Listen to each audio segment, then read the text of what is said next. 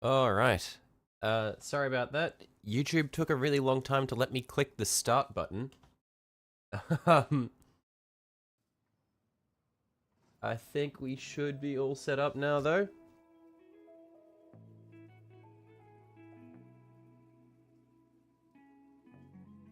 Oh, one sec. Just gotta get it all in working order. Right. So, yeah, like I said, I do have the mini ready for today's stream. Not fully ready, but I've got it fully assembled. I haven't primed it, so that's what we're going to be doing today. We're going to be priming it and then doing the base for it. Now, this is what we have ended up with. It is currently being held together by blue tack and a dream, but it is very, very cool. So we're going to disassemble it and then prime all the individual parts.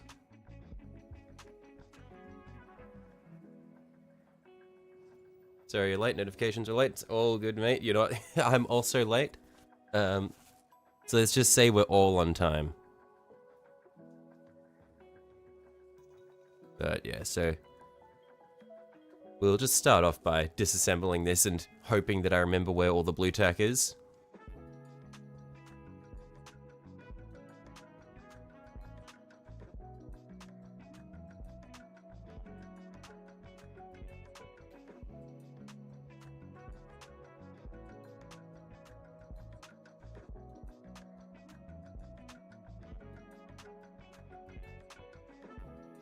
Yeah, because I don't want to. I don't want to start priming it and then just realize that there's still some blue tack left on it, and have that become part of the model. Probably wouldn't be ideal.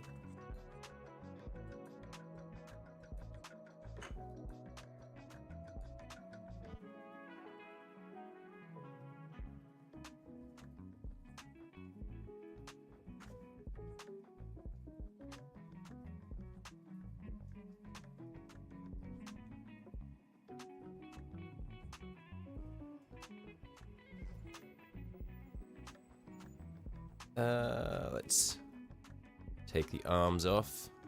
I like that the arms just screw out like this. It's very cool.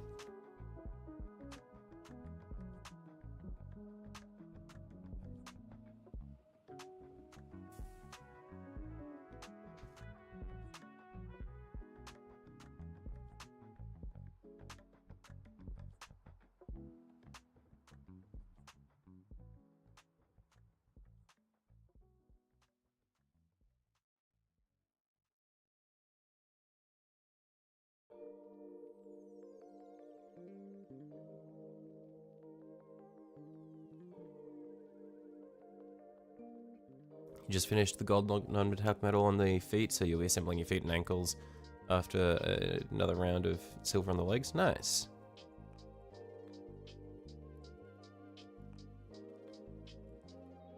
I will just give a heads up ahead of time. This stream here will probably not be super long. It'll probably be around the 3-hour mark or so, as opposed to the absolute monster of a 6-hour stream we did yesterday. So let's see what we can get done in that time frame.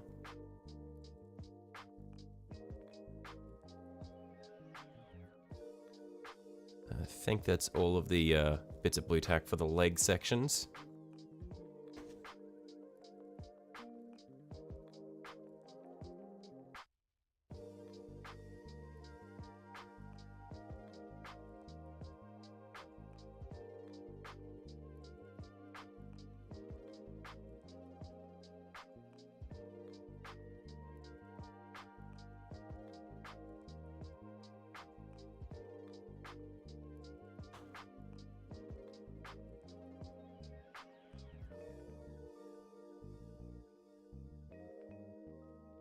Okay, so I think, oh no, there's one more piece here. And then I think that's all the blue tack. Oh no, there's the two exhausts there as well, which I'll need to get.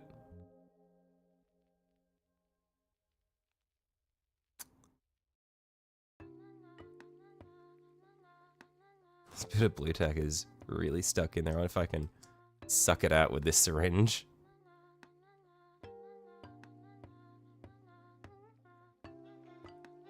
No. What do I have? Let's see if we can get it out with Nub Maker.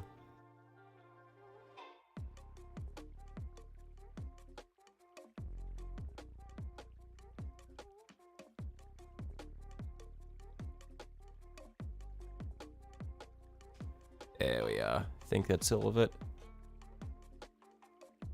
Yeah, it feels good.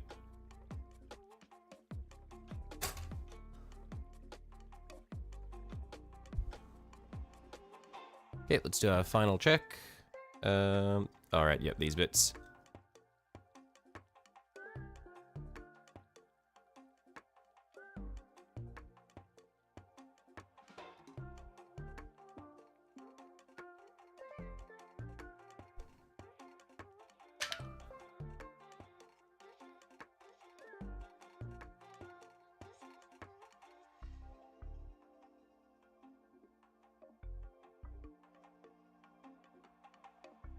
Why is there a syringe on the table? Because I like to use that to get small amounts of water that I'm going to mix with my, with the paint going into my airbrush.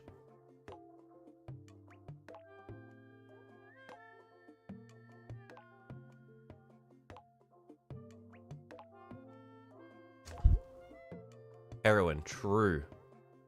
I like using ones that have really blunt tips because it means that I can get like really wide tips because it means that I can put more into my veins at any given time. So you can just shoot that straight up. I don't actually know where you meant to shoot it up. Is it in the elbow? Okay, I think let's move on from that. I think we've got all of the blue tack off it now.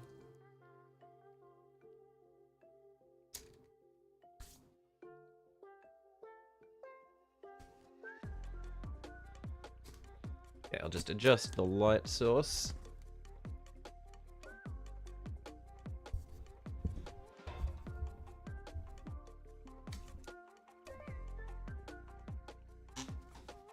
Okay, now I'm gonna move my mic around a bit as well because I know as soon as I get this airbrush going, it's going to be incredibly loud. In fact, I'm just gonna give this a bit of a test shot here, see if... Oh, actually, microphone's not picking it up. Awesome. Nice. Because if I move my hand back, this is what I was scared you guys would hear. But turns out, when I'm doing it in the spray box, it's actually pretty good.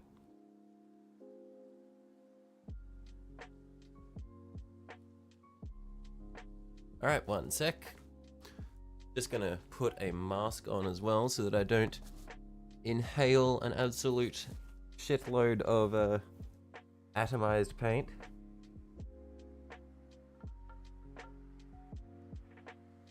What kind of brush is that? I have already forgotten. It is...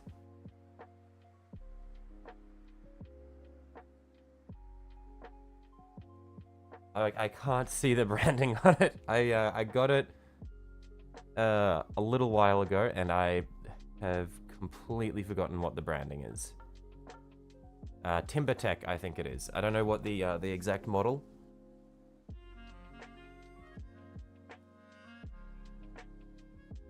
Yeah, it's a TimberTech brush of some description. A cheetah brush. Rue.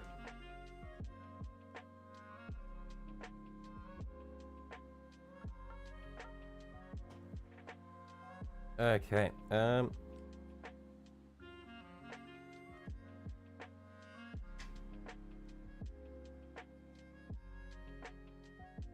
just gonna gather up all of this blue tack so that I don't lose it.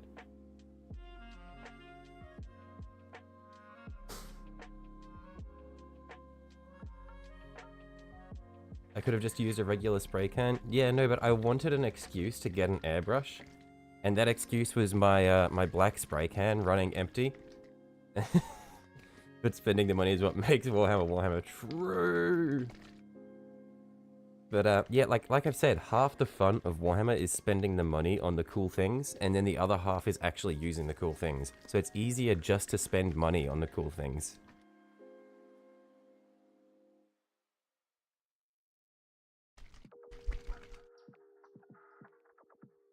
But yeah, the excuse that I gave myself was my my spray can ran empty, and I had been looking at getting an airbrush for a while, so I decided, hey, I could just get an airbrush and a bunch of airbrush primer.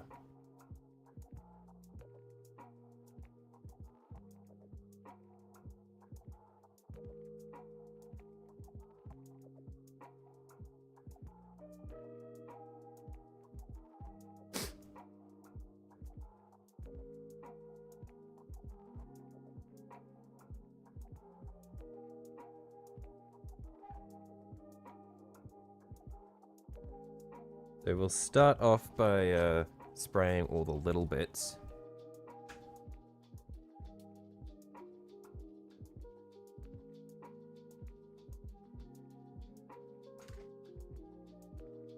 Using a rattle can in the house will get you dizzy. Yeah, I was doing that outside when I was using a spray can.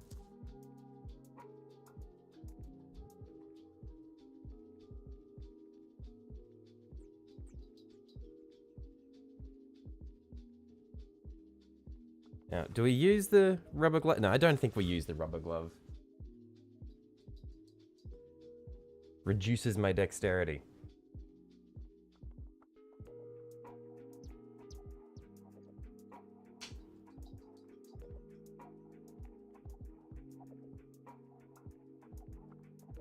But we'll get a fair bit of the primer because I think we'll go through quite a bit.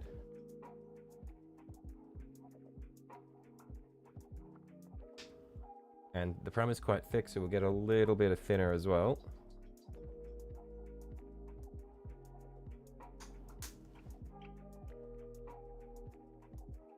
And just mix that through with a ratty old brush.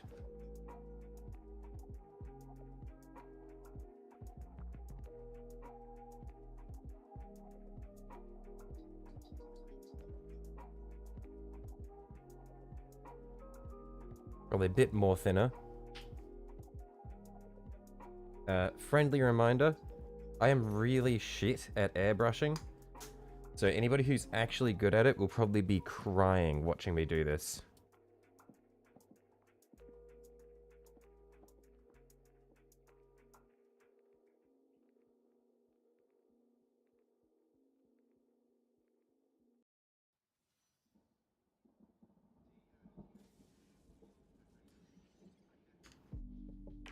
So if you don't talk much playing Fortnite with a friend while watching this, look, I appreciate that you're even just sitting in here while you're playing with your mate. That's cool.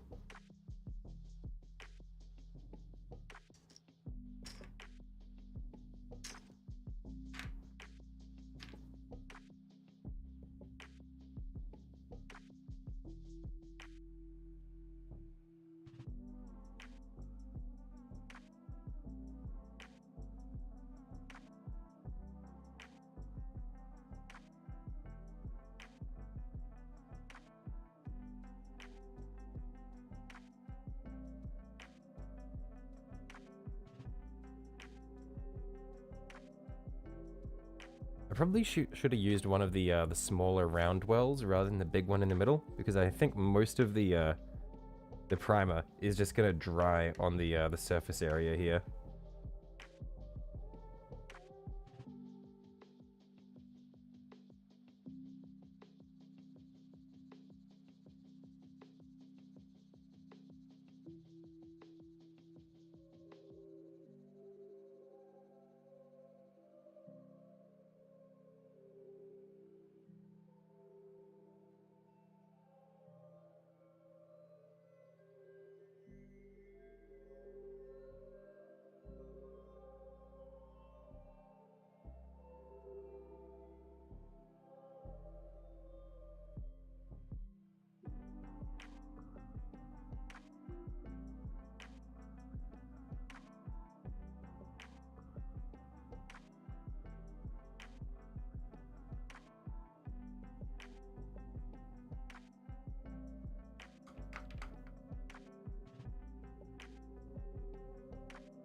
Yeah, there probably is a better way to do this than what I'm doing.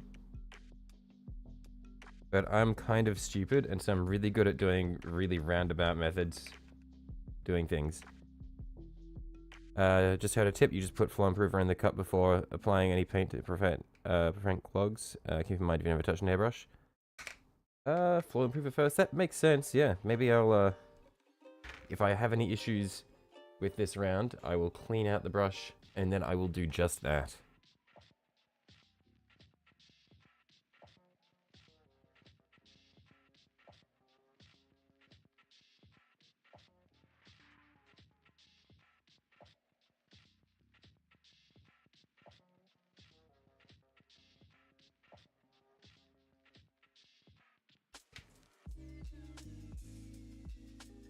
Okay, as long as I'm having fun, that's all that counts. Yeah, as long as I'm having fun and I'm not breaking my brush in the process. Just trying to get rid of any of the bubbles we have in there.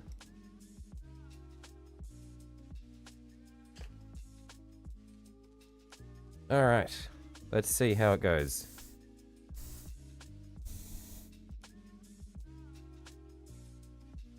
It's flowing.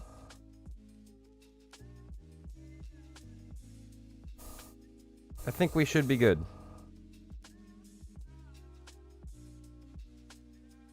I'll zoom this in a bit so that you can see what I'm doing as I'm doing it.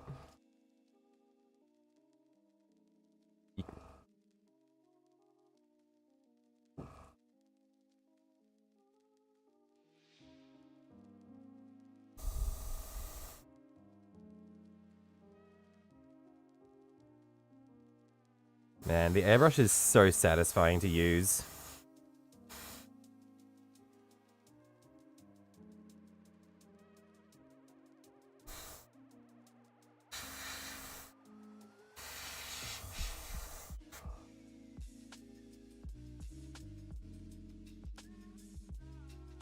Hey, you just started with Warhammer 2 days ago. Got any tips?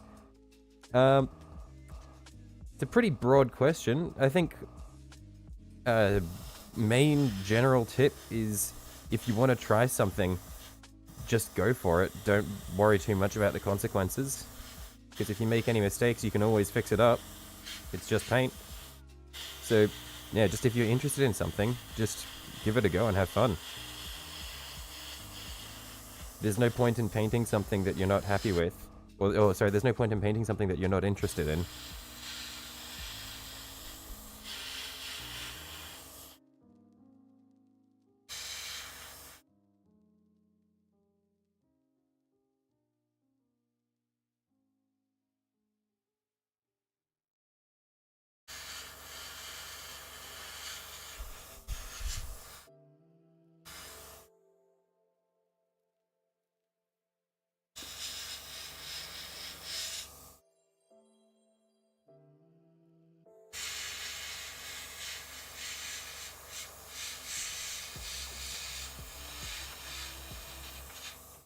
Yeah, I'll let that dry before I try to do that little bit that I was holding it by.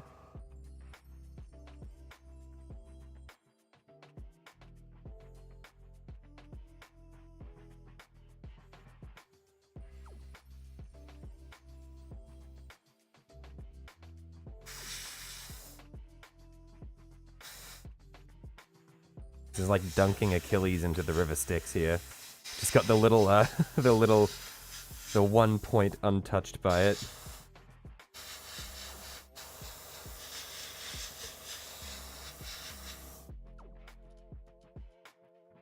How do you paint areas that are hard to get to or close to other parts that you don't want to paint?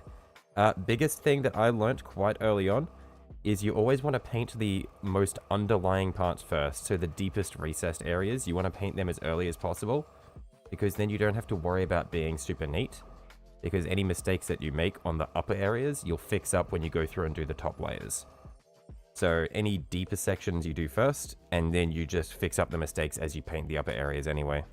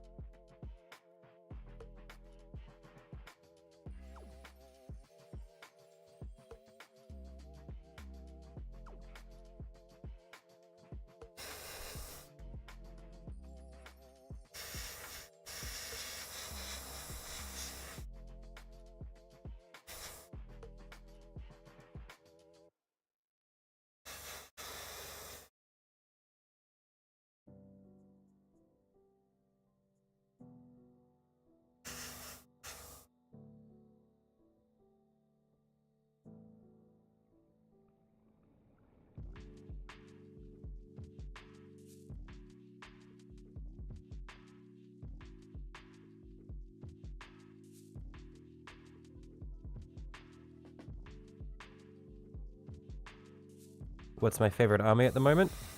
Mate, I flip-flop all over the place. I am incredibly irresponsible. I started off doing Tau and Necrons. I still really like both of them. I reckon I'm more into Necrons than Tau at the moment. But, yeah, so I started off with Tau, then I moved over to Necrons. Both of them are very cool. I'm very into Thousand Suns at the moment. But also Dark Angels are sick as hell. Love them.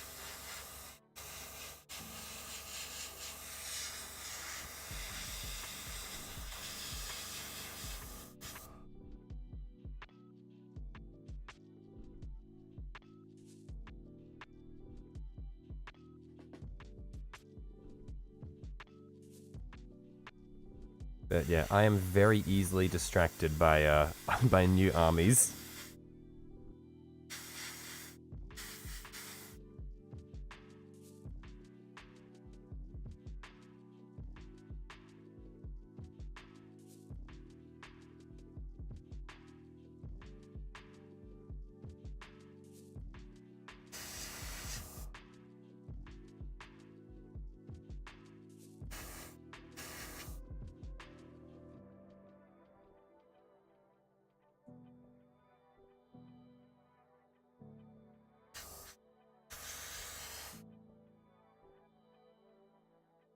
This bit is really awkward to reach, so sorry about this bit.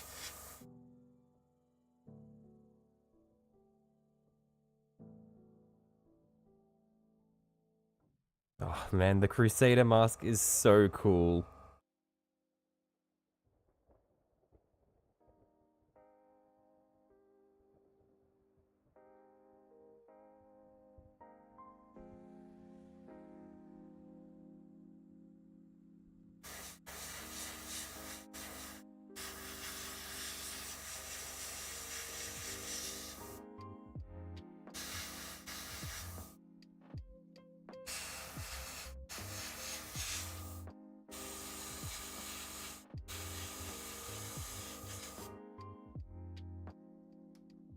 Painting in sub-assemblies too, if you see something is going to cover an area. Yeah, that's one of the big things of what I'm doing right now, because I'm painting a massive mini, and a lot of it has plating that sits over the top of things, so that's why I'm priming it all in sub-assembly, so that I can paint it all separately and then assemble it at the end. Do I have a color scheme in mind? Of course not. Why would I have a color scheme in mind? I haven't even gotten to painting yet, brother. You think I plan for these things?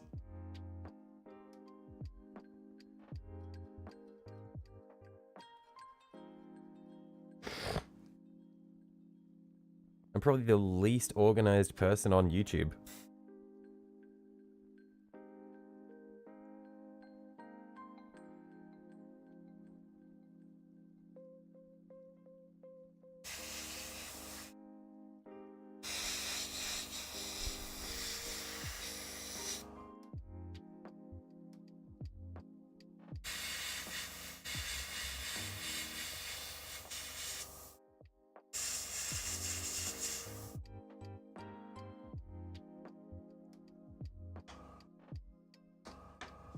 You're scared to paint in sub-assemblies, you're worried you'll mismatch the colors.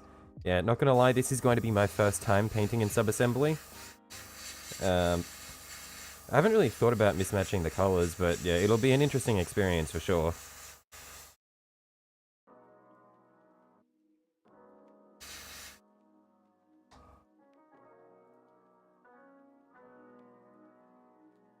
Man, I'm surprised that I actually got the thickness of the primer correct. Because I remember last time I was trying to prime with the airbrush, I was struggling so much, it was constantly blocking up and all that sort of shit. Yeah, I've done pretty well. I think I might need to step back the air pressure a little bit. But overall, it's doing pretty well.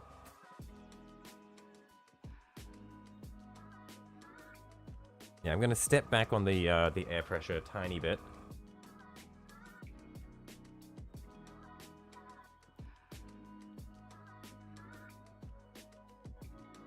just gone from 20 psi down to 15.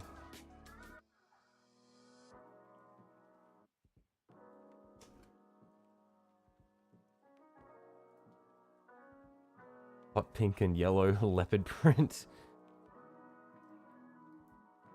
You've had 2 of the small knights assembled and primed for the last year and still have not decided on a color scheme. Yeah, that's like, I guess that's the big thing for me. It's just like, I don't think about it until I start painting.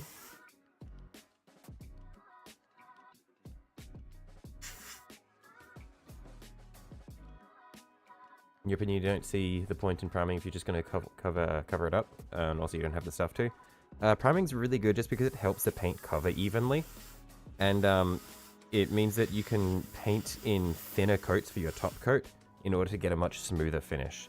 And then the primer helps the color of your top coat shine through a lot better.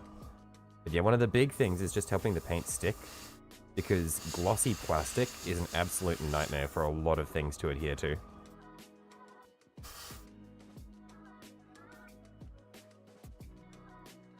But priming can also help you figure out things like highlights and shadows if you do a zenithal prime by starting off with a black prime and then coming back through with a white prime from a high angle. It can help you figure out how light would fall on your mini. There's lots of cool little things that priming can help you with.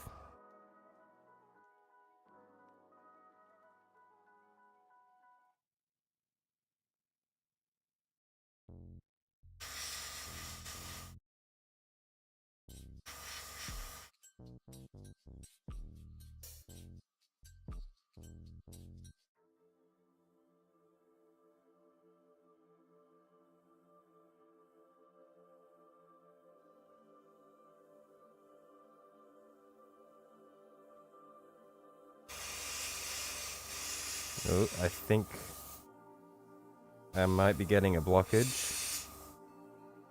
Yeah, one sec. I spoke too soon about how I'd managed to avoid blockages. Surgery time.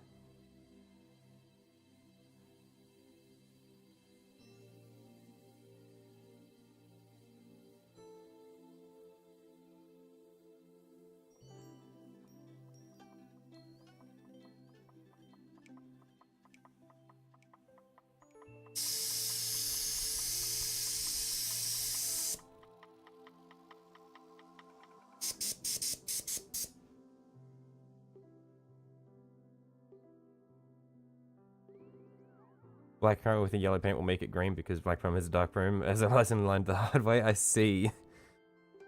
Yeah, no, for yellow, generally you do want to use a white primer. And then you can just go on really thin. Okay, there we are. We have paint flow back.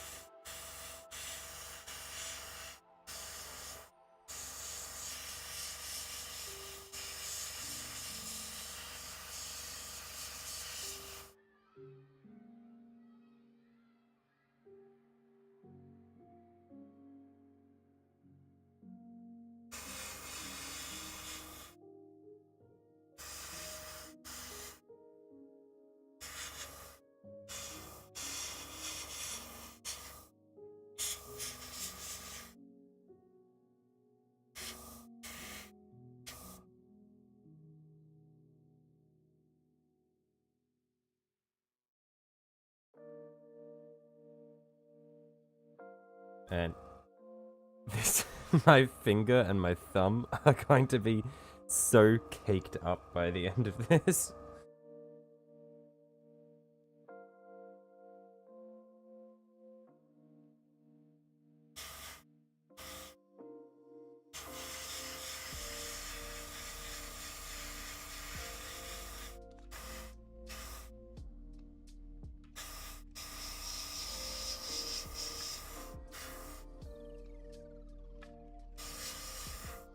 Hey, I just realized I can see my mic picking up some of the airbrush noises. That's not too loud, is it?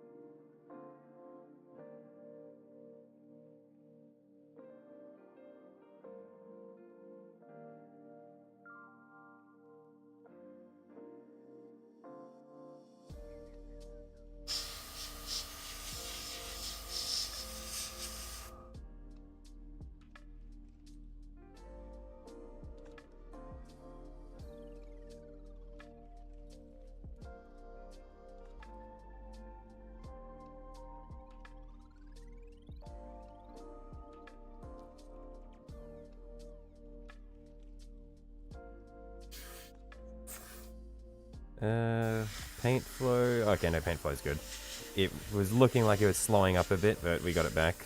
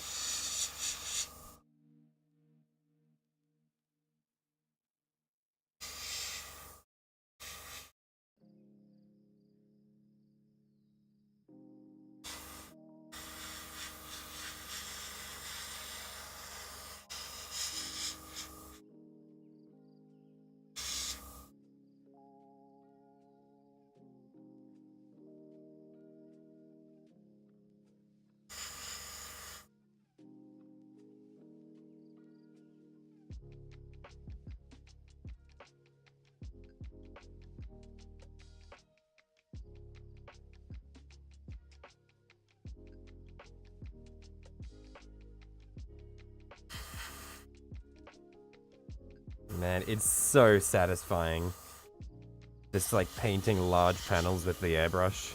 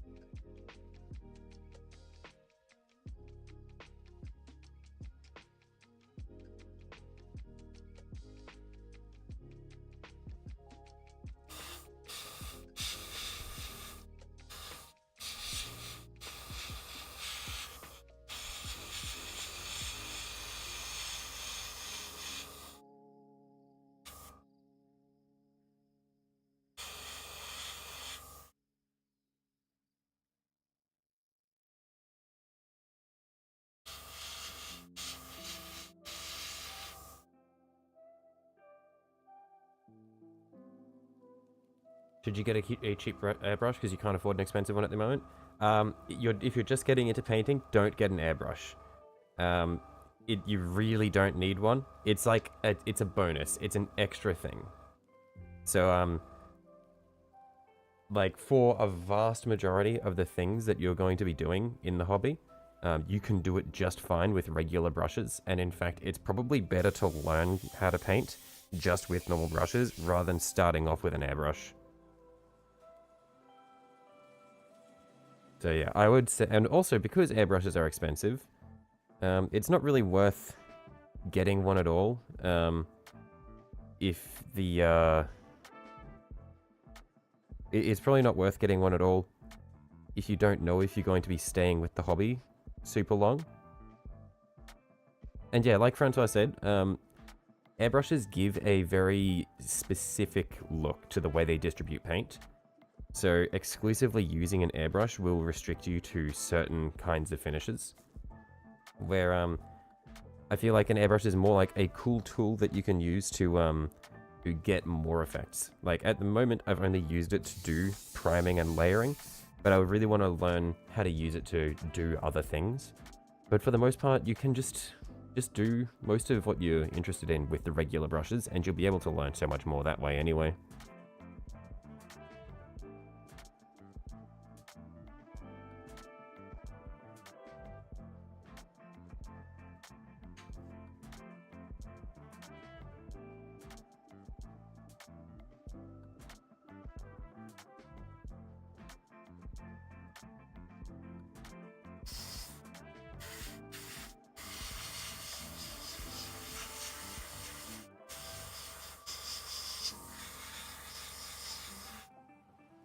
I think it makes things look cartoony and cheap.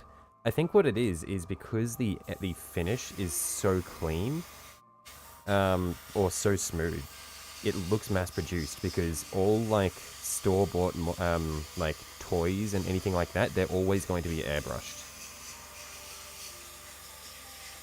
So to get like a really, I think the most authentic finish you can get comes from when you do something manually. Can you show your favorite Necrons in your collection? I haven't painted a lot of them. I have one that I'm very proud of that I'll show you once I finish this section here.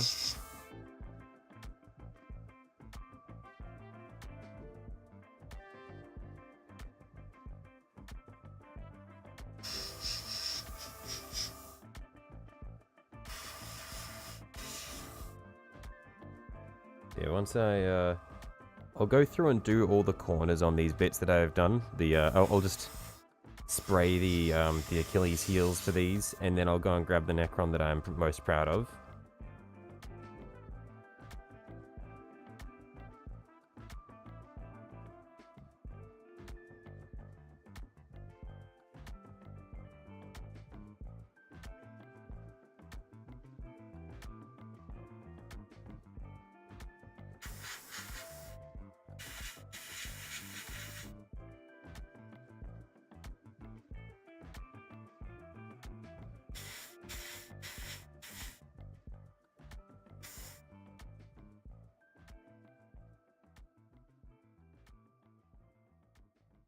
Your first army is Necrons, you need some inspiration and tips. One thing I will say, I've said this to some people in their chat before, is the painting is as hard as you choose to make it. So you can, like, if you get really ambitious, you can be working on one mini for like hours and hours and hours on end. Otherwise, if you just want to get an army out there so you can play the game, you can smash minis out really quick. And the mini's only done when you say it's done.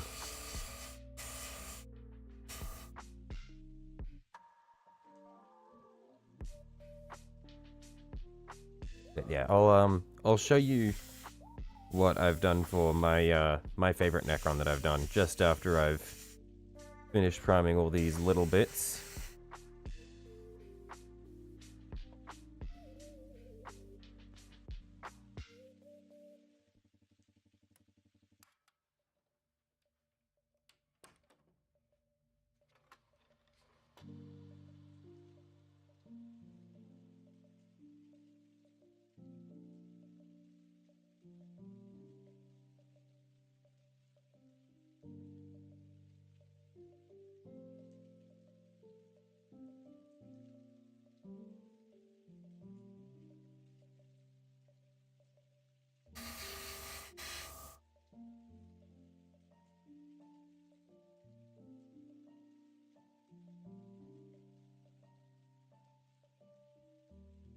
Currently struggle with the tiny details some Necrons have, especially with the glow effect. Glow is always hard. I'm still struggling to figure out how to do glow really nicely.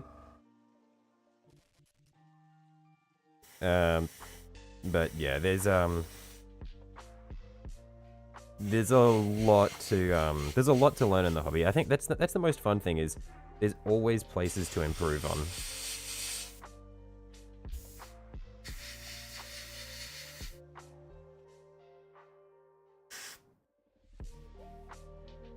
What Necrons are you painting at the moment?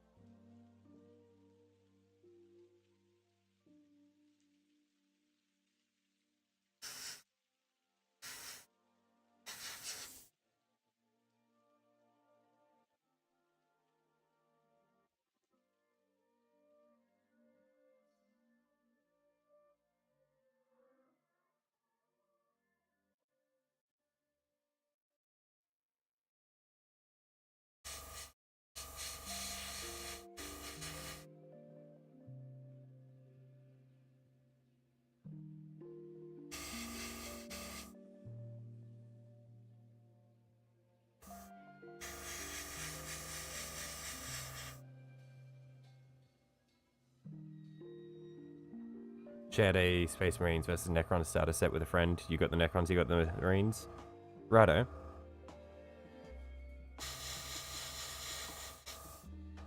Jealous that you have friends to share your hobby with. None of my mates are into the painting. A couple of them have been like, oh yeah, I would do it, but I'm just scared that I wouldn't be any good at it, or I don't have the...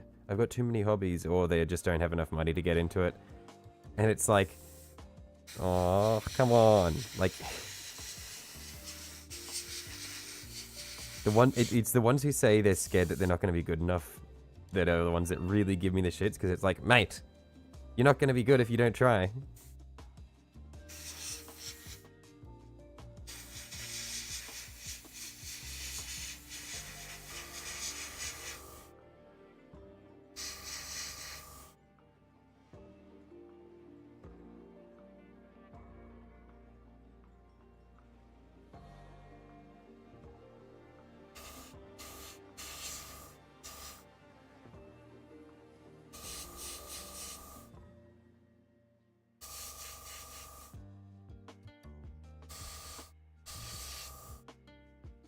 He's been trying to get you into the hobby for about a year now. Good on him. You understand the money part. Yeah, the money part is a valid excuse. That's like, okay, this shit is so expensive. If you can't afford it, then don't ruin your life trying to get into the hobby. It's fun, but it's not that worth it.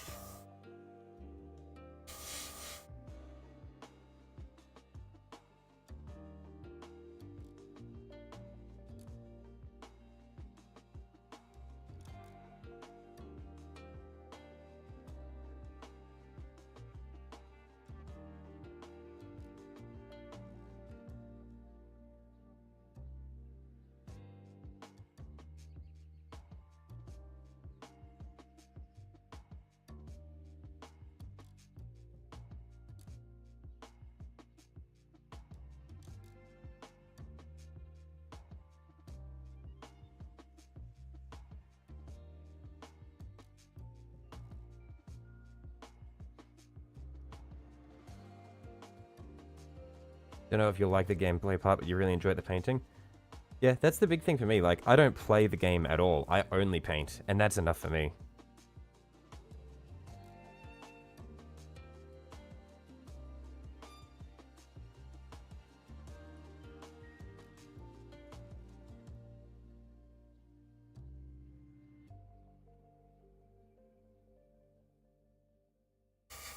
Alright, cool. While I let these bits dry, I'll go and grab those Necrons that I am happy with. I'll show you the ones that I've done, or a couple of them at least.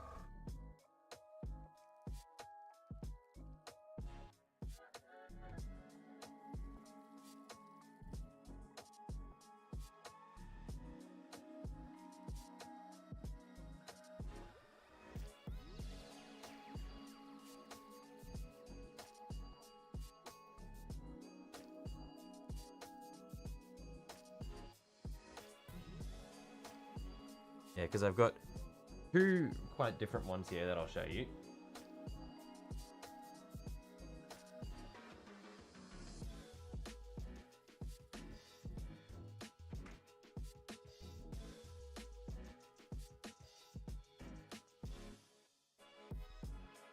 Just being careful not to spill the paint in my airbrush onto the carpet while I do this. But first of all, this is an immortal that I painted when I was experimenting around with different color schemes. I was trying to figure out what I wanted to paint them like. And I had painted skulls recently, so I really liked the idea of painting things like bone. And so I tried painting it more like just a traditional skeleton. This is a lot of fun. I quite liked this. It flares a bit with the harsh white light on it, but I really enjoyed doing this one.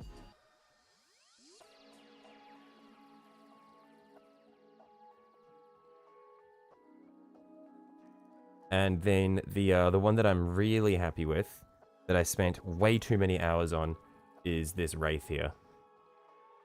And so some of the people in chat have probably seen this a few times already, but I won't shut up about it because I will take any chance I get to brag about this.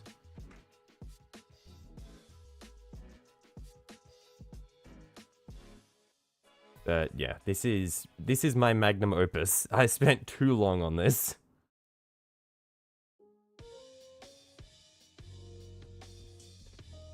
I really like the skulls on the base as well. But yeah, it's like I said, the painting is as easy or as hard as you choose to make it, because yeah, like the mini is only done when you say it's done, and I did not say this mini was done for too long, and so I just spent like at least a full week of just painting almost every day on this thing. It was fucked up.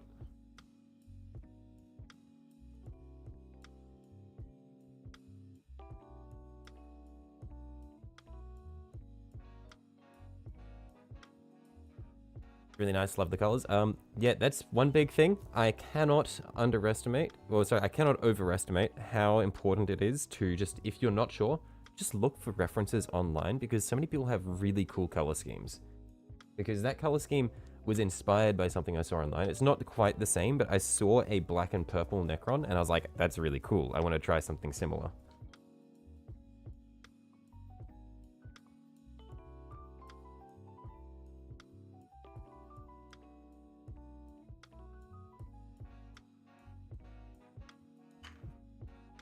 But all these little bits should be mostly dry now. So I'm gonna see if we can make some space. Oh yeah. How you going, by the way, Silver? You getting there? Still plugging away?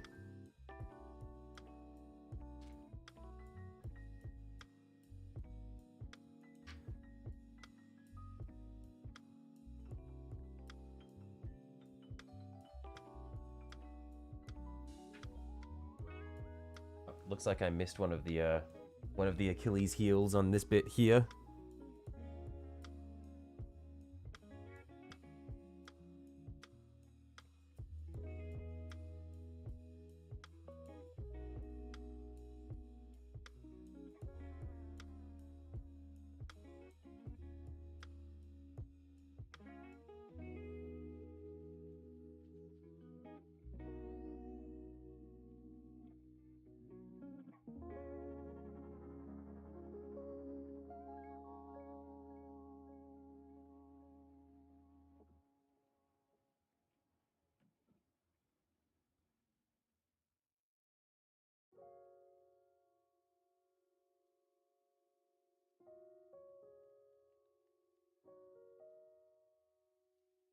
Yeah, you know, because you've paint 10 hours a day and have 80 to 100 brushes. Yeah, on that note, BX Cut. If you're looking for advice to, like, as a beginner getting into Warhammer, you are in the right place, because this chat is just full of absolute units who just have been painting for a really long time and paint for really long sessions very frequently. So, like, Francois and Silva in particular, these guys are just complete reservoirs of knowledge. If you ever have any questions, they've probably done whatever it is you're thinking of before.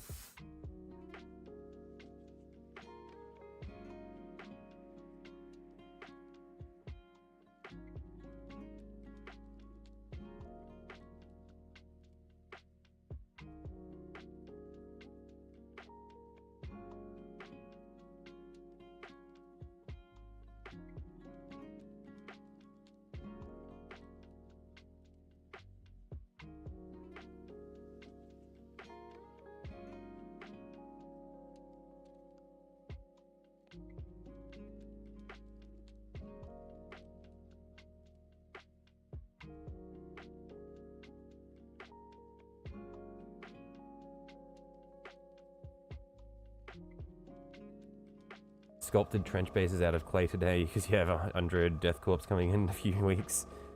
Jesus, I haven't gotten into the clay sculpting side of things yet. I'm really interested in that. That would be a lot of fun.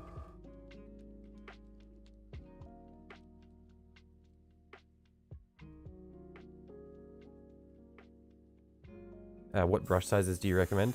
I would say easy trap for new players is you might think, okay, I need to get the smallest brushes I can so that I can reach all the small details. Wrong. The smallest brushes are the ones you will probably use the least. You want to use as big a brush as you can get away with in any given situation. So, like, a size 1 brush will be useful for so much stuff. Like, the double zeros and triple zeros and quadruple zeros, you will use very little.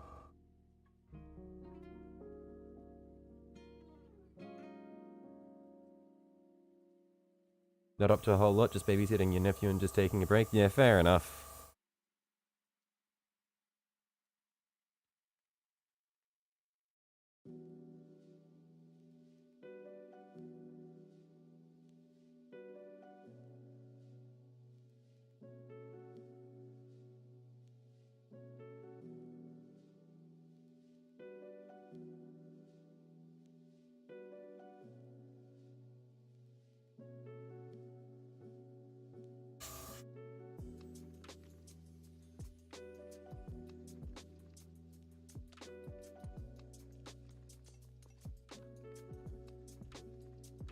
Hey.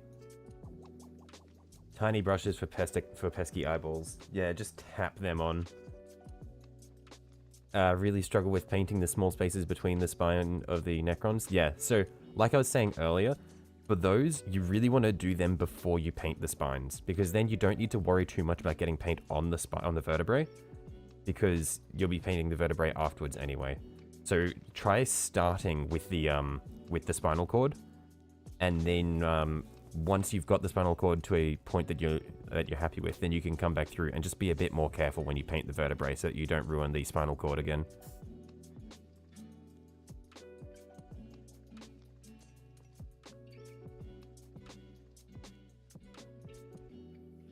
I think I've lost a bit of paint flow here. Oh no, it's coming back now.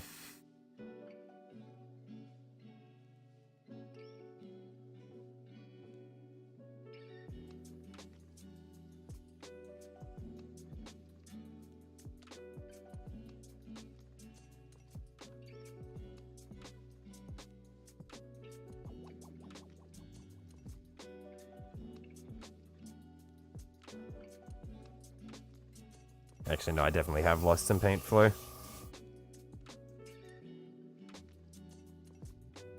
I think I've got another blockage here. Yeah, you can see that on the end there.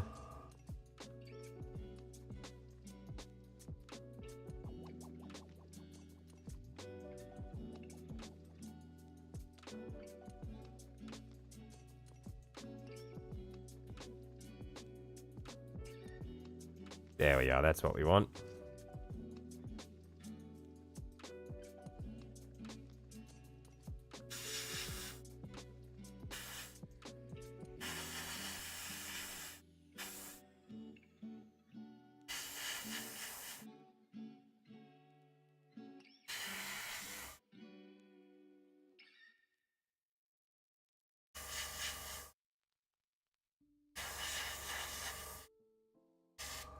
No brushes for the eyes, just a fine tip gel pen. You have more control over the placement for the dot. Oh, that actually, I can see that.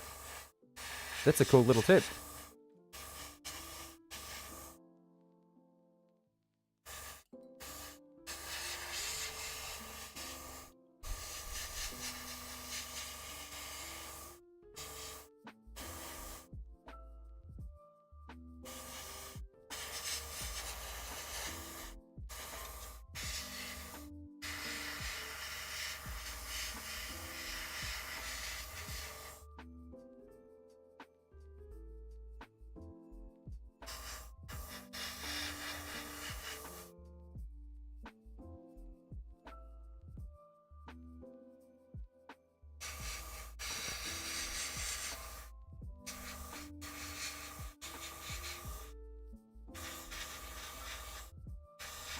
I'm not going to go too out of my way to nicely prime everything on the underside here, but I just want to get all the bits that are around the edges.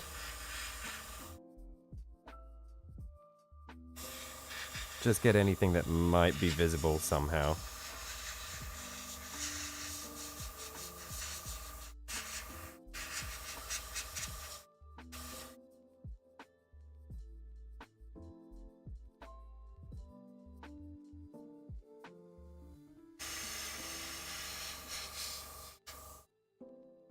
What colors do I plan on using on this figure? Oh, okay. You joined a little bit late, but I do not plan things out. I have no idea what colors this is going to be. I have no idea what heraldry I'm going to put on it. I have not planned anything for this thing. I like to see which ways the winds blow. So yeah, I have no clue at the moment. After I have this, after I have this primed and I've started working on the base, because that's what today is going to be. It's just going to be priming and basing it. I will then research what I want to do for it for tomorrow, because I'll be doing the proper top coating and all that sort of stuff tomorrow. This is going to be a pretty short stream in the scheme of things anyway.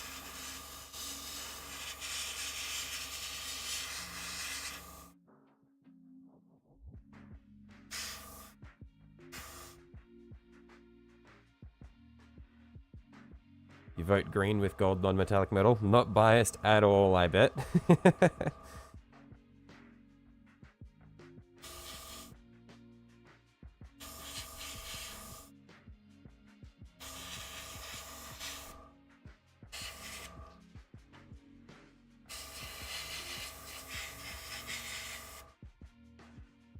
Evening/morning, guys. How you going, James?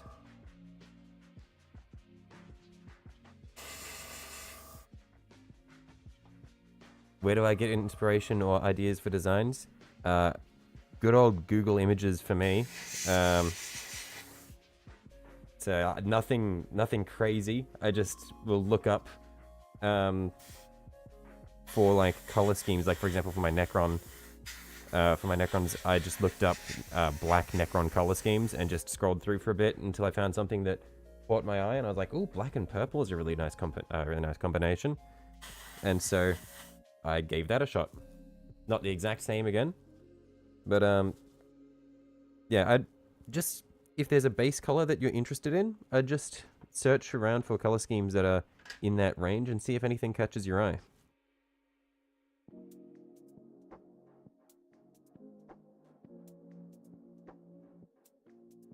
Just gonna move this out of the way so that I have more space to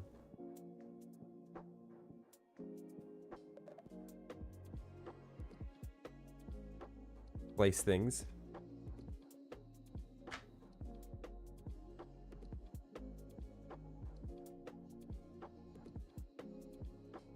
You vote bone white with bronze trim and red armor on the weapons. Ooh, that could be an interesting one.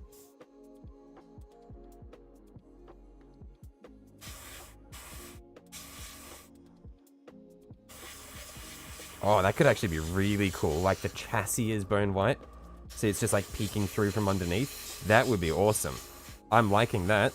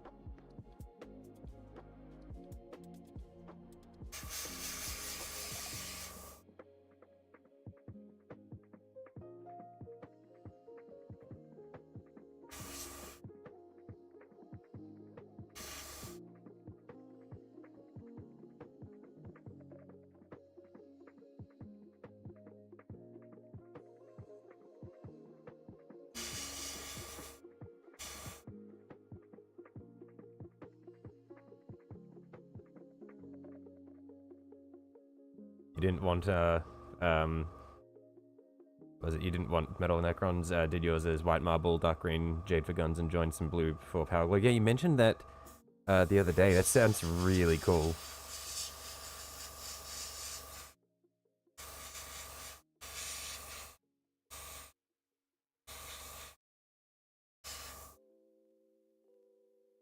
Seen a few people color their figures according to their favorite monster can. I see. I mean, that's one way of doing things. Yesterday we had someone mention that they saw someone do an Imperial Knight as like in pink, and then they'd like stuck Hello Kitty stickers onto it so they could enter a competition.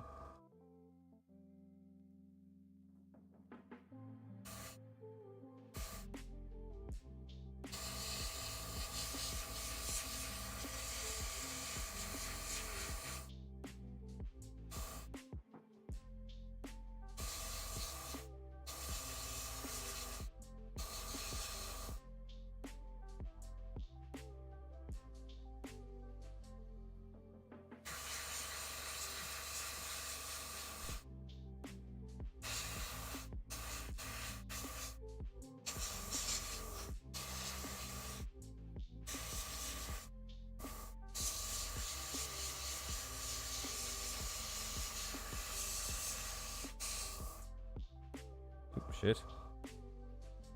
You still have airflow? Not really. We'll need to see if that's cleaned it out. Yep, that's clear.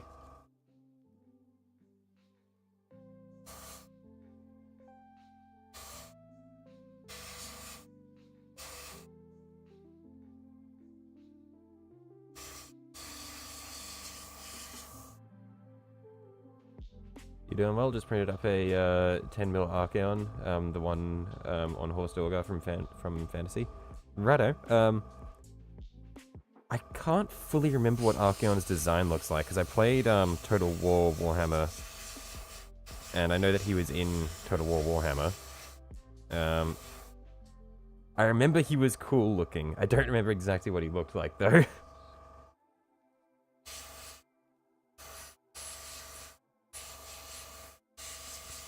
And so, James, you've mentioned this the other day as well, but look, like you print off a lot of 10mm minis. So, I assume, do you just make dioramas of battles and that sort of thing? Or is there another war game that lets you play with 10mm minis rather than the standard 25?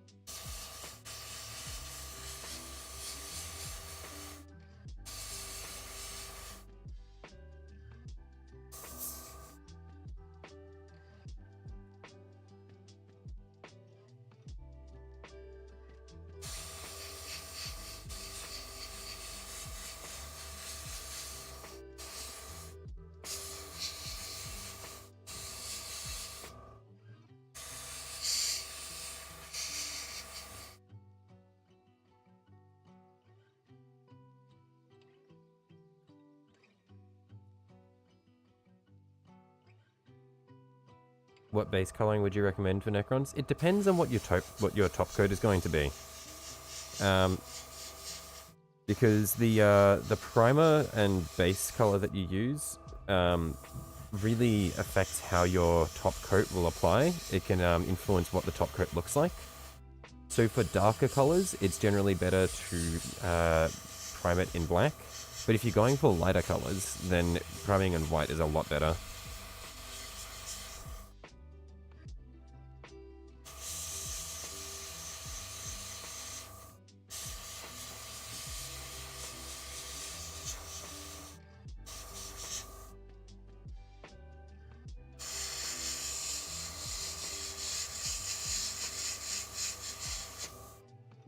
Legion Imperialis is a 10 mil scale game. Oh, I see, okay.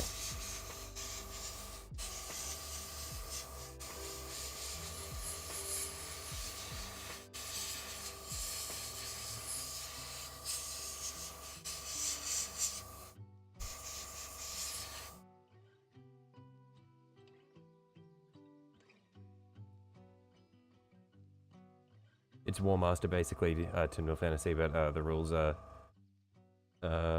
kept going by the community since they were banned by GW, and a few of the guys are creating STLs to pan up armies. I see, I see.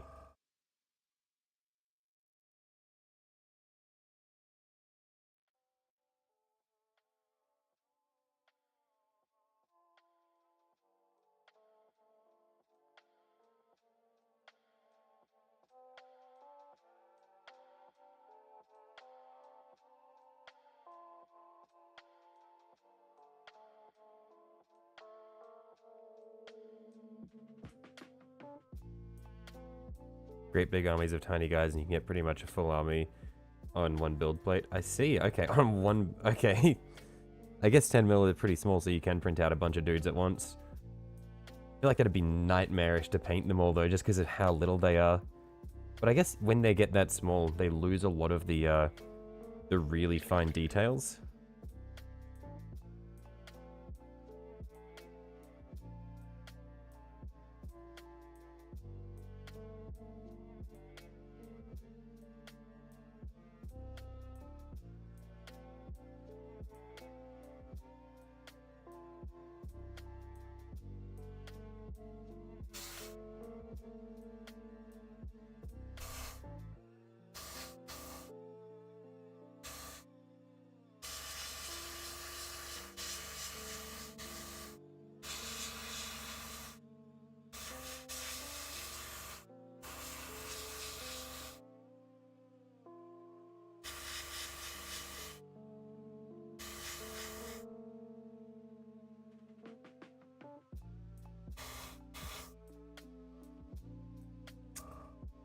Man, I'm really, I think I'm getting some blockages happening because I'm losing my paint flow quite quickly now. It goes for a bit, and then it disappears.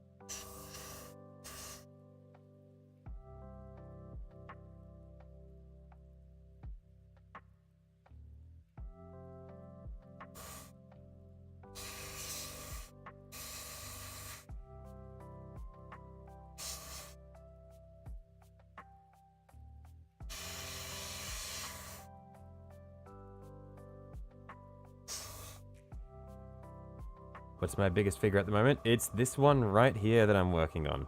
This is the biggest dude I have built.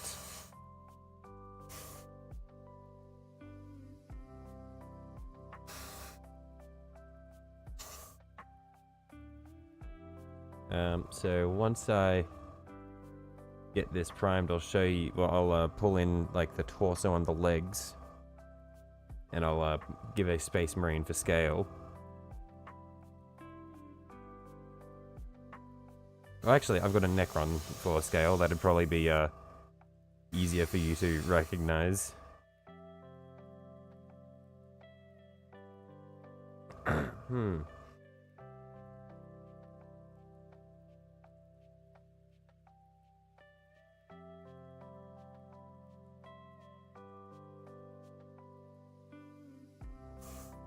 They're quite a sod to do, but the minis from the Forest Dragon have a surprising amount of detail. They're quite easy to slap chop and pick out certain bits, so if you want a decent tabletop standard, I see.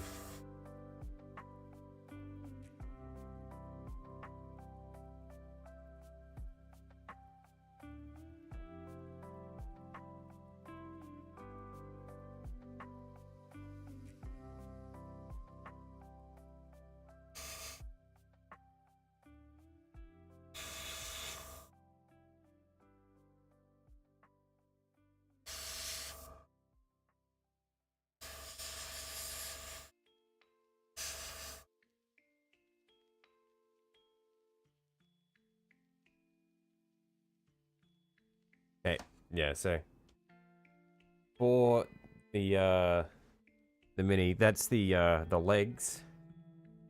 Also, you got the legs and the torso. And here's the regular Necron that I had earlier for scale comparison.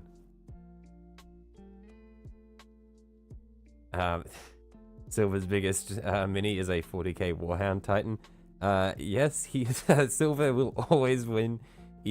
Silver and Francois will always win in whenever we have dick measuring competitions about the most minis done or biggest minis. These guys will always take home first place.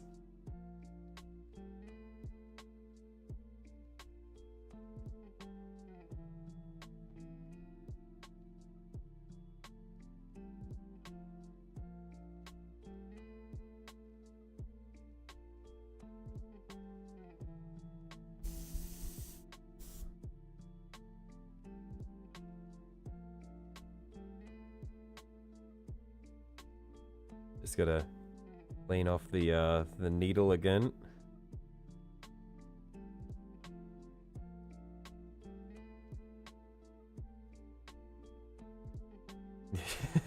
Mine's bigger. I have an armor cast Phantom Titan. This is what I mean, is these two guys here.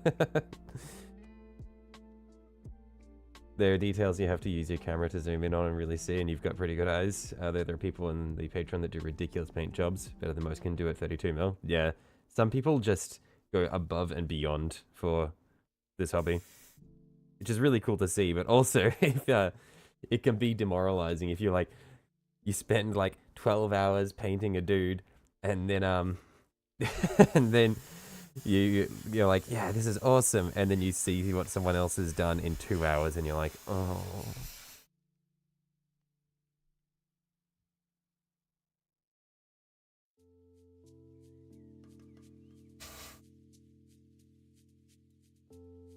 Howdy, Swagman. How you going, West?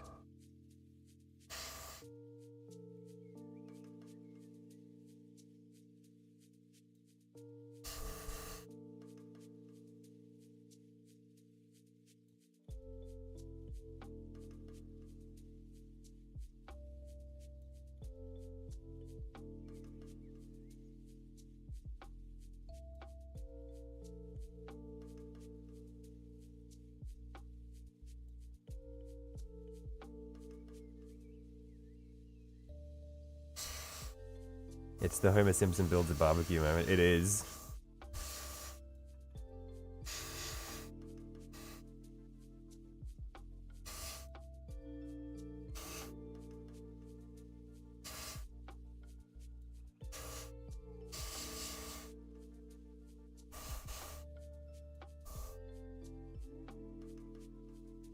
I'm starting to run low on primer. Honestly, I had a pretty accurate guess. I think it's a pretty good guess on how much primer I'd need for this thing.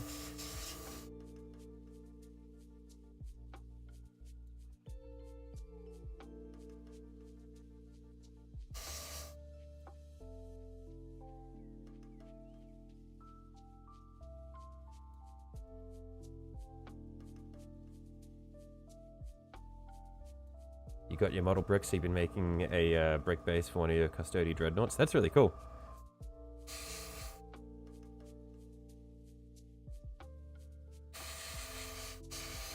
Yeah, I love some good basing. I'm really bad at basing, but it's a skill that I want to get better at because good bases look so cool.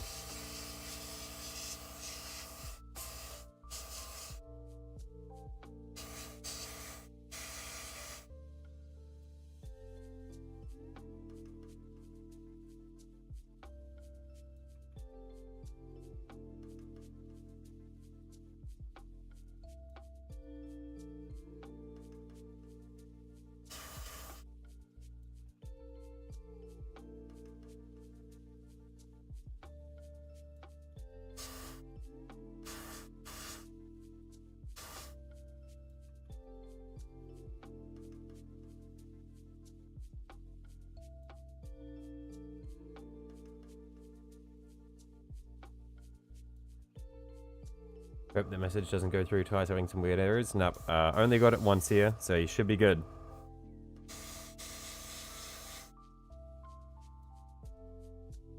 Recommend AK interactive texture paints if you're going to do anything like basic earthy stuff there. Fireland's been perfect for your Mars bases and your Grey Knights. Righto.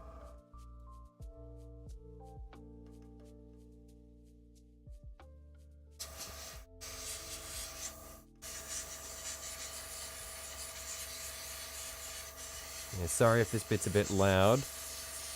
I know that the microphone is picking up the airbrush whenever I get the bits here where the where it really hisses.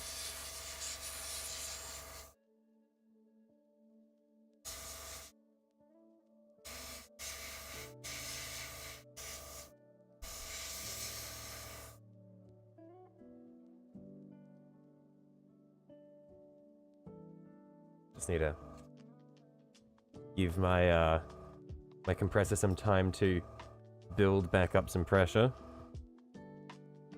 We'll clean off the needle as well while we're at it. We've still got a bit of paint left in the cup.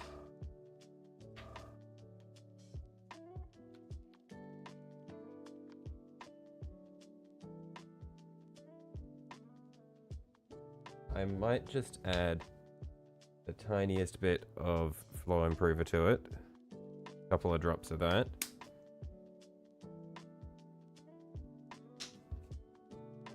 And a little bit more primer, 2, 3, let's go 4 drops of primer.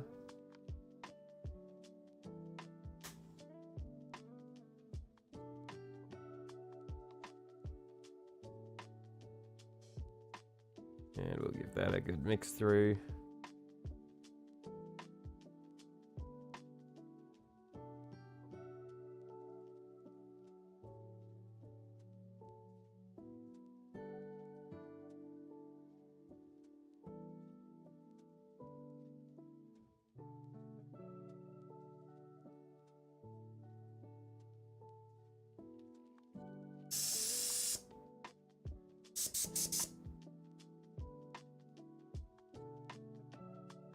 I don't know if you mentioned, but you're painting your Custodes as Shadowkeeper's got a bit of a shipment of Vallejo off-scale hobbyist. You're waiting to get them in the mail. Awesome, that'd be very cool. Hello, how you going, F15?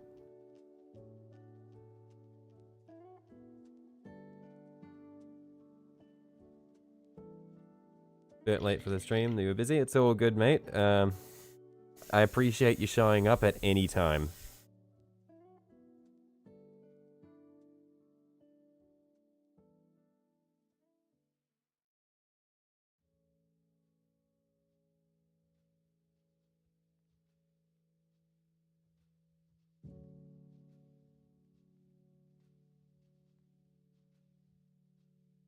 I was saying this to everyone earlier, but this isn't going to be a super long stream like what we had yesterday. Probably only going to be a few hours at most.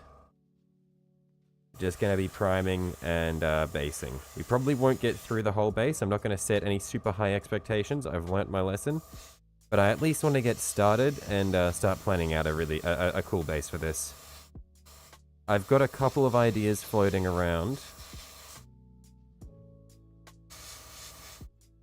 But I'll wait until we've got a bit more of a solid idea. Like before I say anything about it. But yeah, main focus here is just getting a nice even priming coat on all the bits that we assembled yesterday.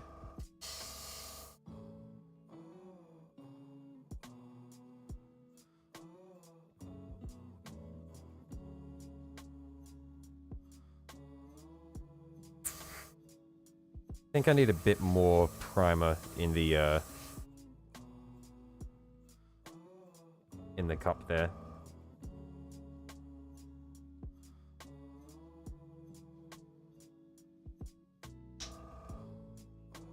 Let's go. Good squirt of primer in there.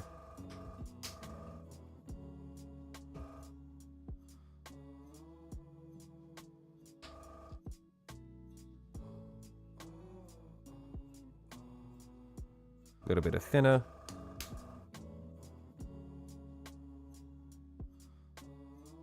And just mix that through.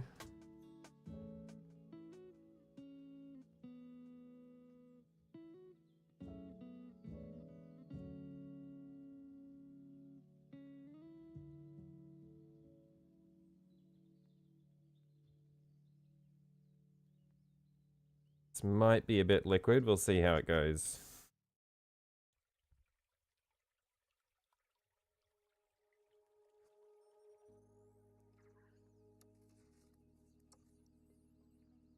No, that should be good. I'm happy with that.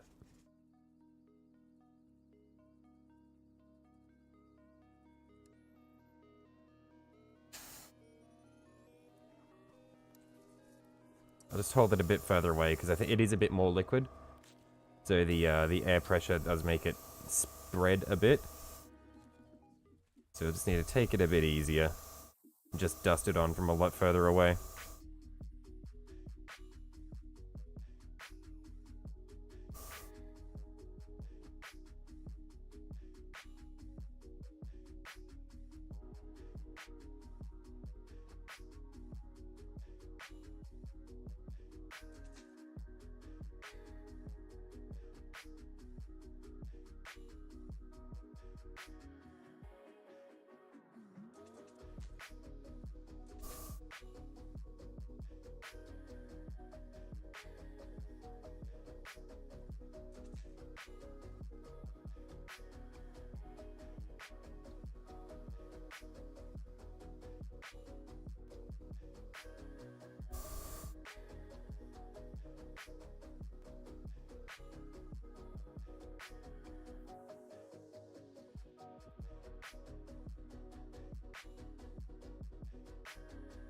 This dry. Yeah, I can hold it over there now.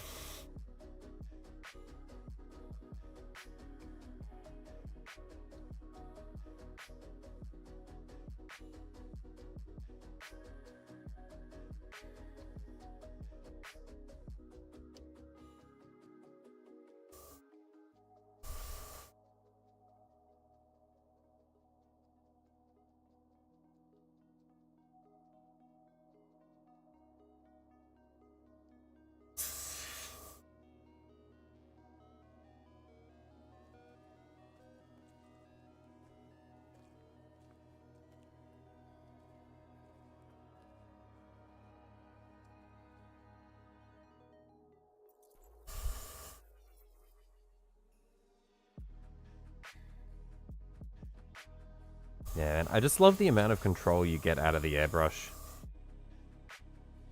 It's really nice for, especially doing the, like a mini as large and complex as this. It means that I can really focus on getting a lot of, it really means I can focus on getting coverage and everything without it really building up and like blobbing and bubbling. You'd make the base look like a trench and have the knight walking over it. Yeah, that would be actually quite cool. I've been thinking about having another mini on the base as like a little diorama, but having a trench that it's stepping over as well could also be quite cool.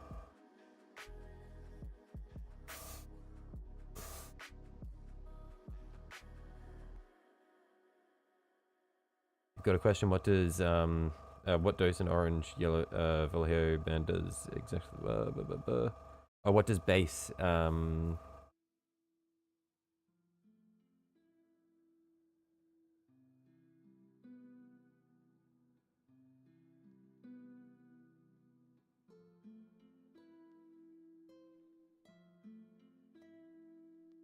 I'm not sure. I don't use a lot of Vallejo paints.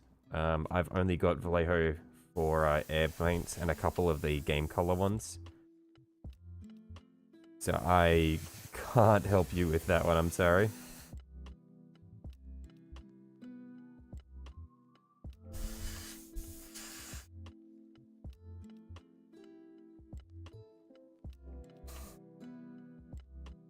I think we've got most of the coverage on this one done. A couple of underlying bits that we'll need to get. Let's go from a low angle. We should be able to pick all of those out though.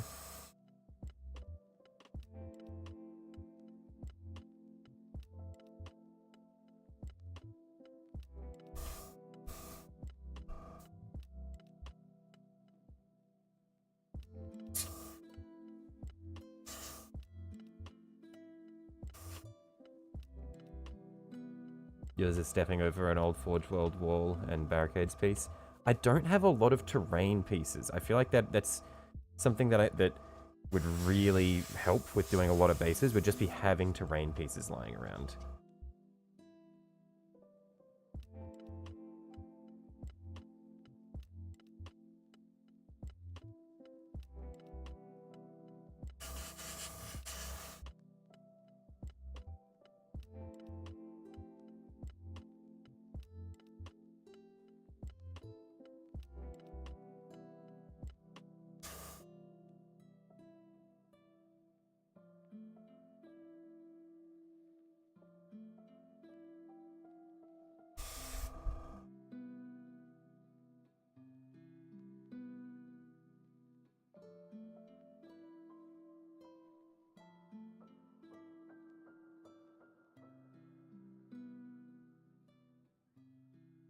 Okay, last piece.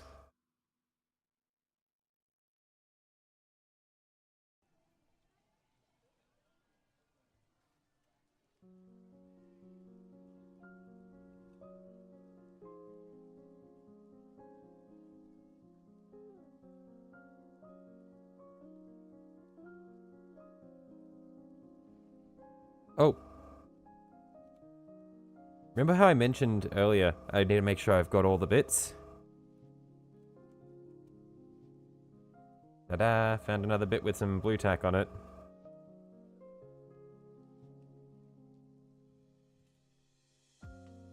Good thing we found that before we made a bit of a mess there. So we'll come back and coat that little bit in a second. Actually, I'll do it now. I'll do the little bit first. Because then it'll dry and we'll be able to fix that up.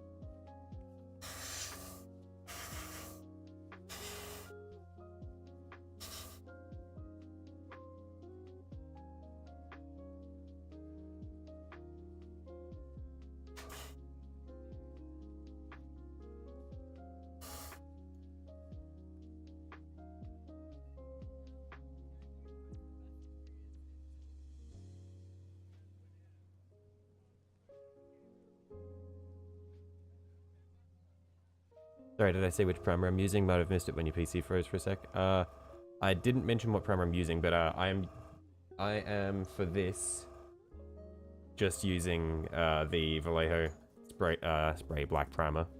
Just thinning it down with the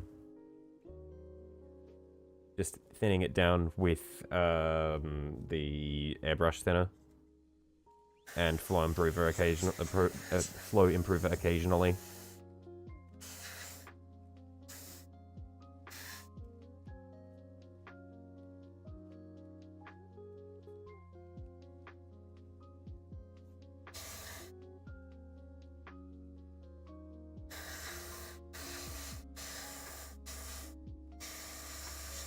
I think it's cool how Knights and Jaegers from Pacific Rim are similar. I mean, big robot. What's not to love?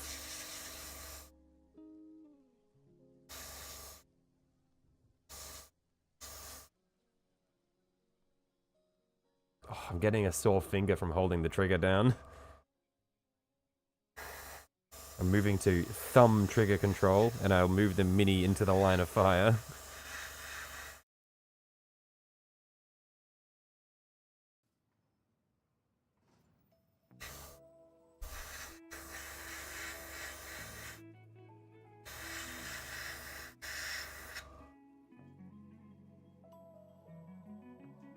Yeah, why is my camera not focusing, like, at all?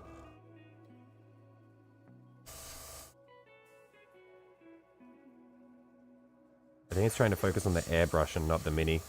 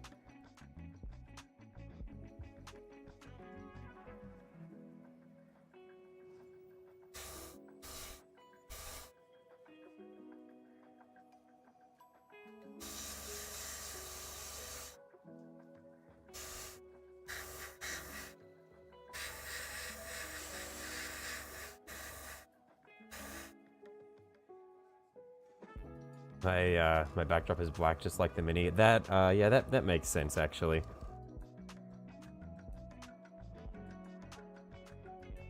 There we are.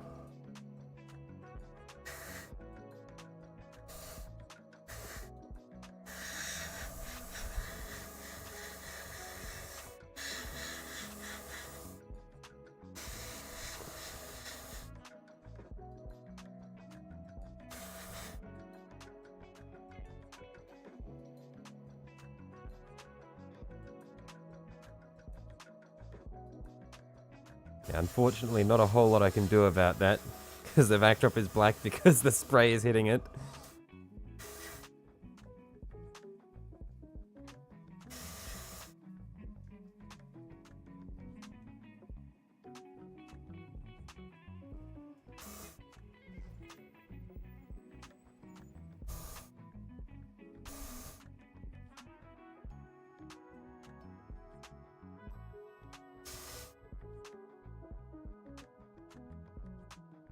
Just need to clear the tube again.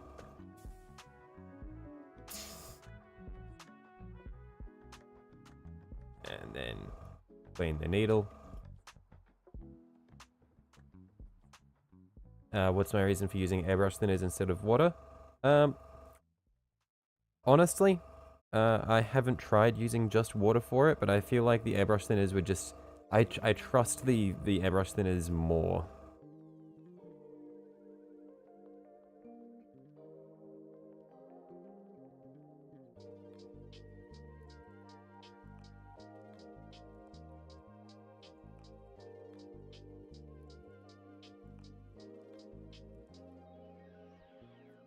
Yeah, I trust the airbrush thinner not to clog up my airbrush more than I do just using water.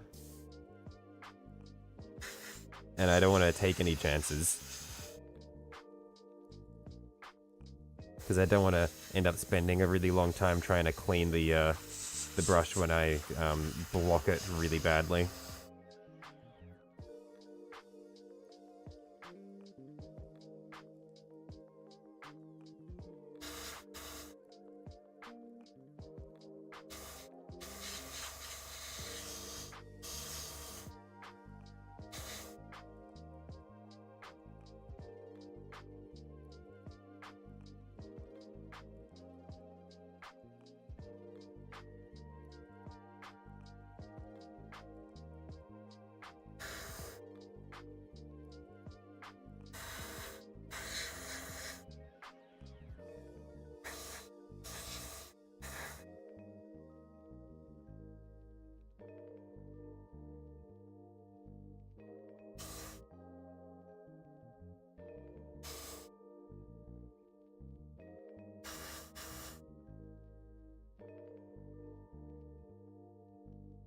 Viscosity is better, allows for better pigment dispersion, or even pigment dispersion in the flow improver.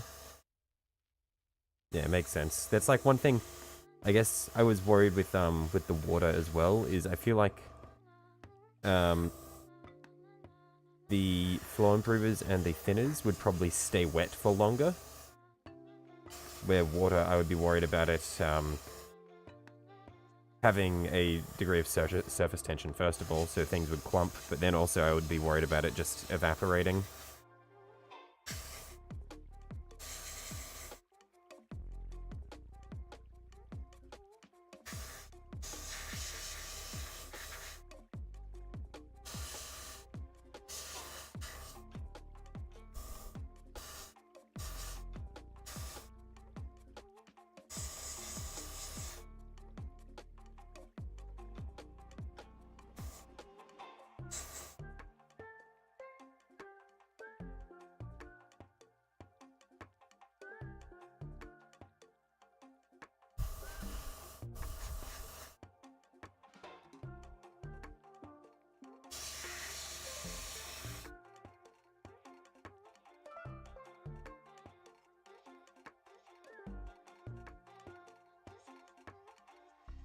Ah, my finger is so sore.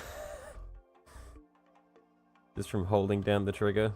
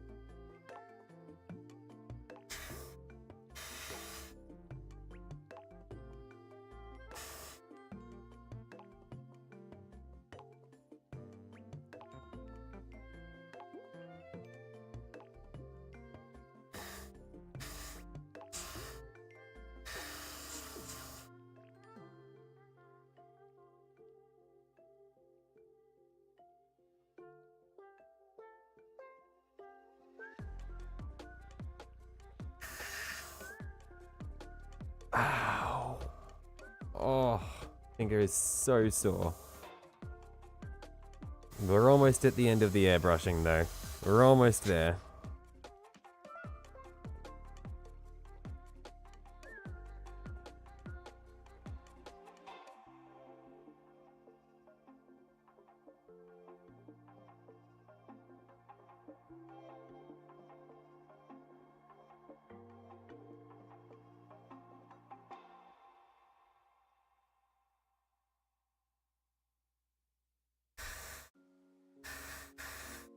Just brush the inside rims of anything just in case there are little bits peeking through.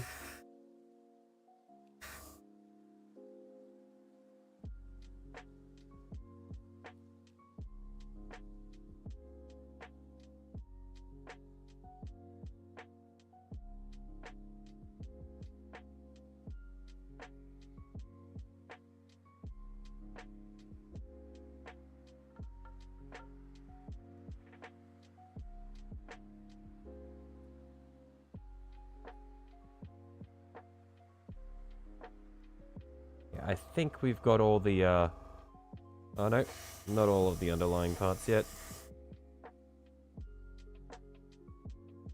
The Imperial Knight is very glossy. Yeah, well the paint is wet, so it's going to look quite glossy, but I guess even here, it's got a nice sheen to it.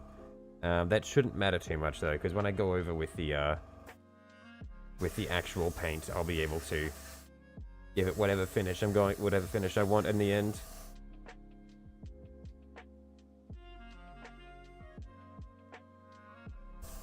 I think it's just because the airbrush gives a really smooth finish. That's where you get the sheen.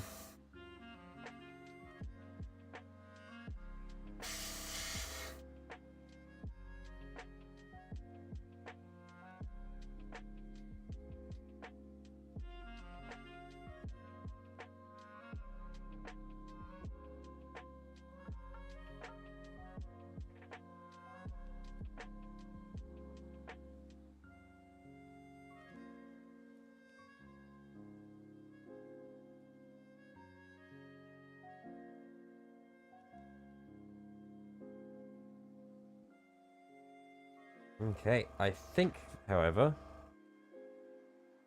that should be most of our priming done. Now all that's left would just be this bit where I was holding the knight. Just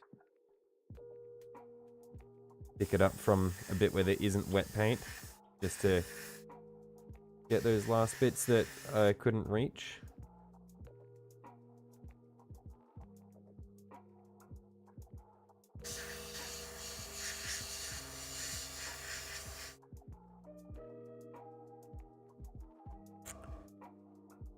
Cool, I think that's all of our priming pretty much done. So, oh, and right as we ran out on, like, in our cup as well, so we're pretty good. Perfect.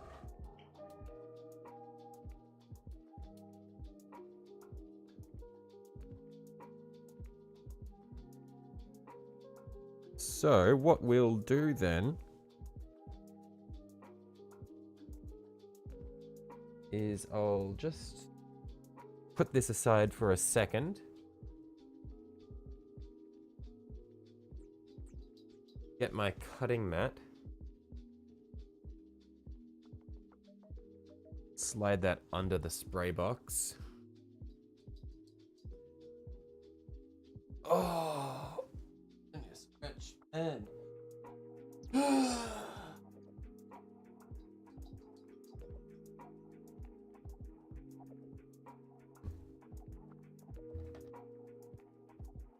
let's start transferring these bits out of the spray box so that we can move the spray box and get our desk set up to start working on the base. Cleaning airbrush time. Yeah, I'm gonna just clear that out before I before anything dries in the end of it. and then we can work on the base.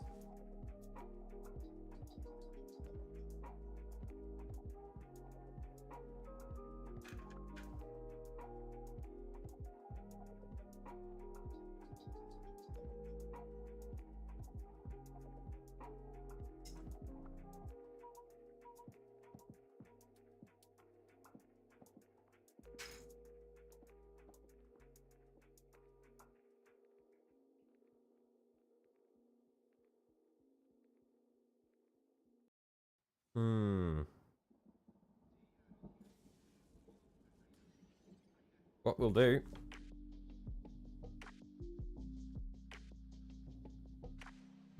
is first I'll just get a bit of water.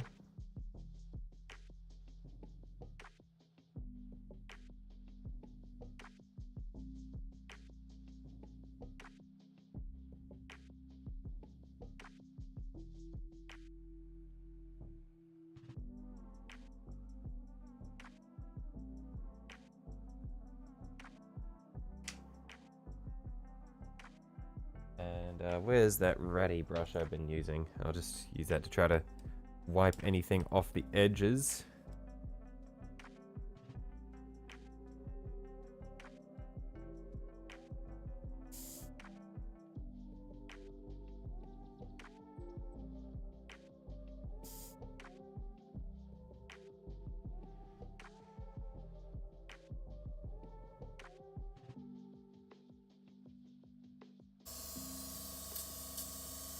Oh, getting some sputtering coming out of it there, so there's clearly something in the way of a blockage in there. Ooh, and actually it's slowing down a bit, so I reckon there is something in the way.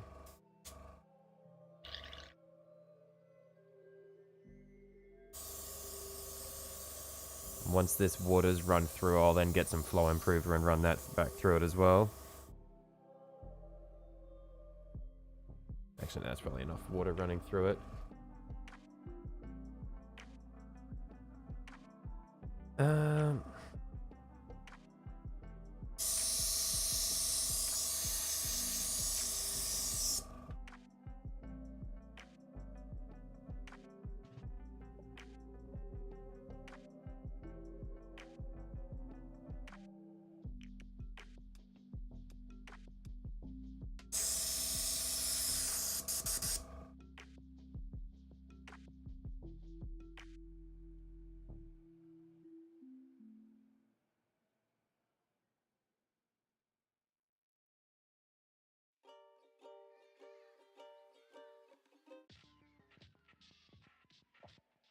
And the way I'm cleaning this airbrush is probably making a lot of people here cry. But I don't care.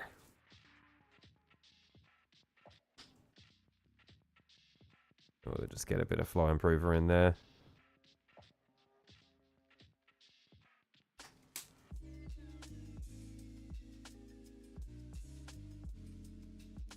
Pop our nozzle back on.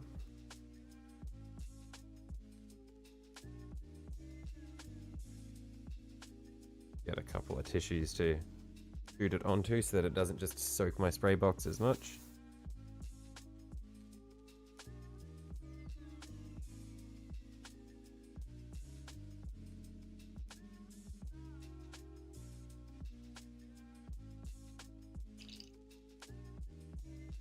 And I'll turn the air pressure up a bit.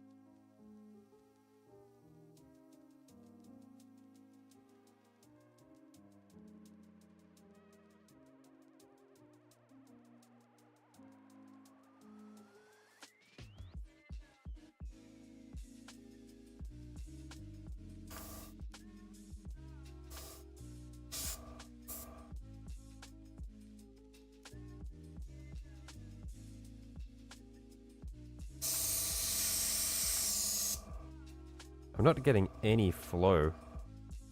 I'm wondering if I've just blocked it off with the needle being too far forward or what. Ah, yeah, yo.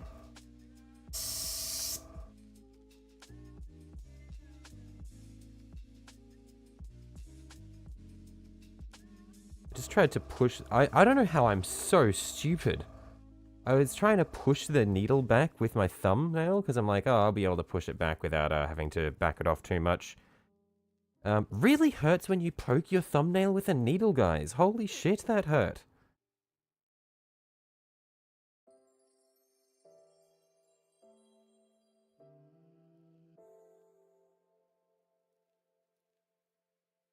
I'm surprised it's not bleeding, honestly.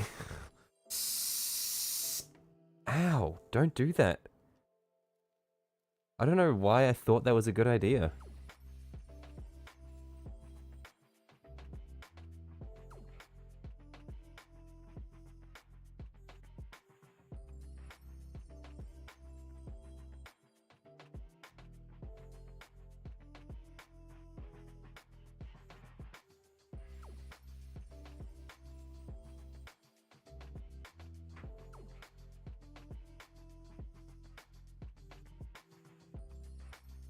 Yeah, it's probably the worst idea I've had in quite a long time.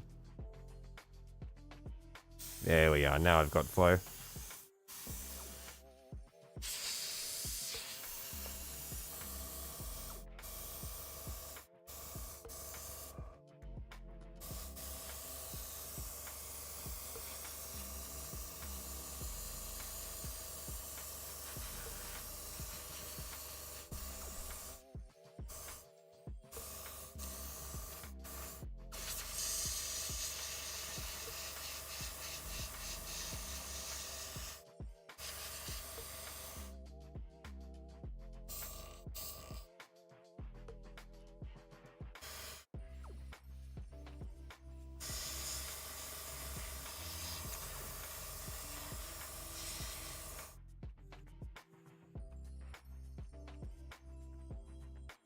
Okay, cool. That's clean enough for me.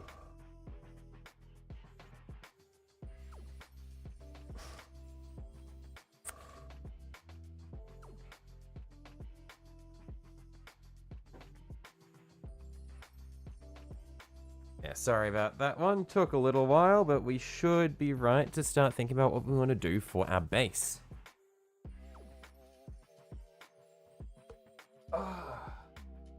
Just gonna have a quick stretch.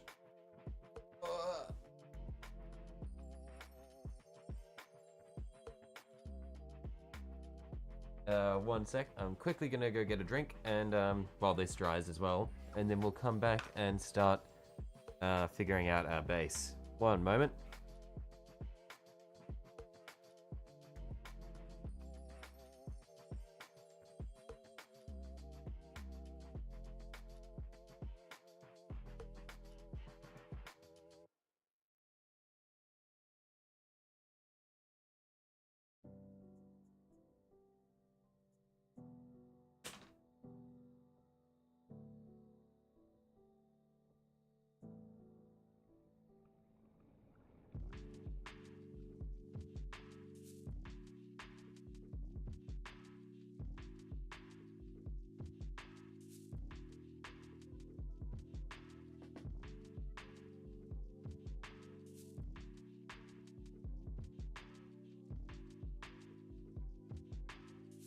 Okay.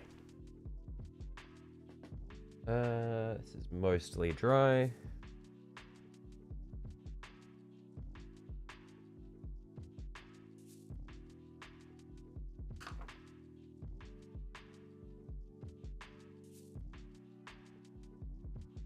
Let's get this spray box out of here.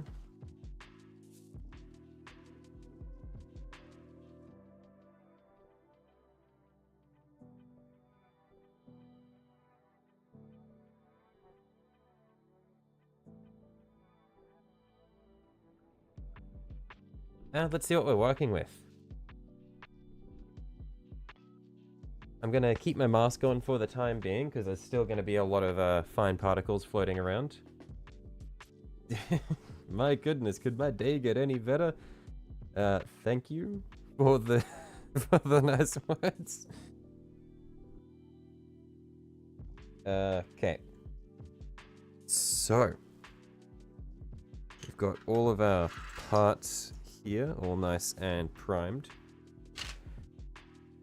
All I reckon we'll need to really plan this out is the legs. Just so we know how much space we have to work with. So I probably want to have the mini sit, like have the knight standing towards the back so that I have as much space to work with on the front here. Then I can have the knight standing towards the back, and I can have him standing like that, potentially turned this way. I'll zoom in a bit so we can see a bit better what I'm doing. But turned in this way, perhaps facing down as much as I can. Now I will mention. So I said before that I had an idea for what I wanted to do for the base. I was thinking of having this screamer killer here that I had built previously, although I guess it's a bit too close. It's too big, it'd take up too much of the base. I was thinking of perhaps having it being brutally murdered in some way. Like having the melter cannon. One sec.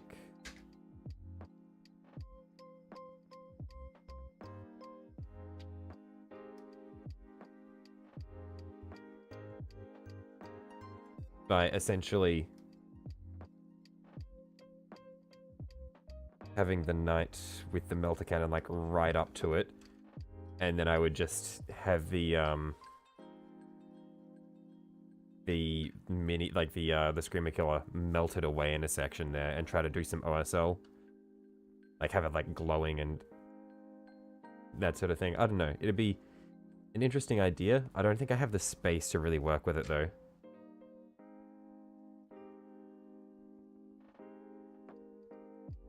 It might be a bit cramped. I think I do want to have a creature of like a Tyrannid maybe, but some other mini on the build to work with. The thing is, I have a lot of parts that I can use to build with it. So because I've got a lot of basing materials.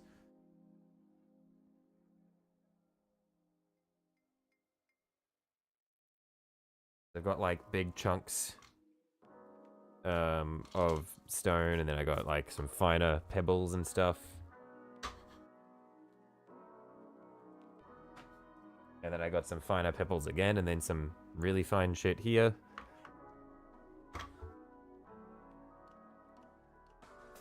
And then I've got like little rocks and stuff. What I do want to actually use, what I do want to make use of, is I've got a lot of cork coaster that I think I could use to like build up layers and make it look like he's walking on a I don't know what you refer to that as, but like, do I have any flame pieces? I don't have any flame pieces, no.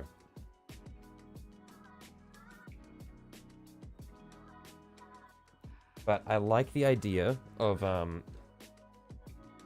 using the cork to essentially build up a platform.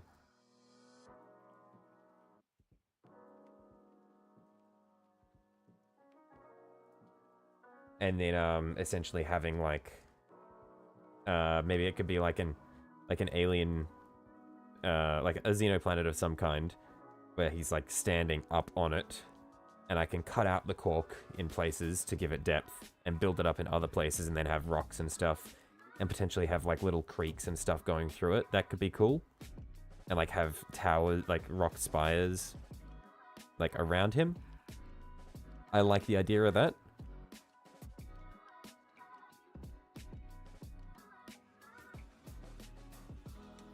And then I could have like alien skulls and stuff on the ground, because I love putting skulls on my minis.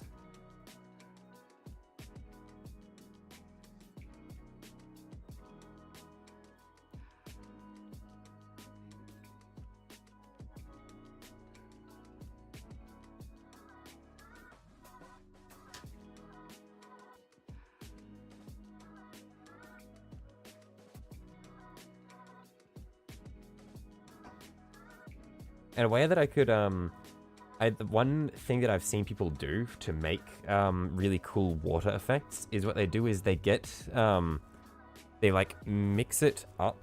They mix up super glue with really trace amounts of like blue or purple or green to be thin. And then, or they do it with PVA glue as well, I've seen. And then they just apply it onto the sections where they want to have it be like water. So I'd be keen to give that a shot, see what that looks like.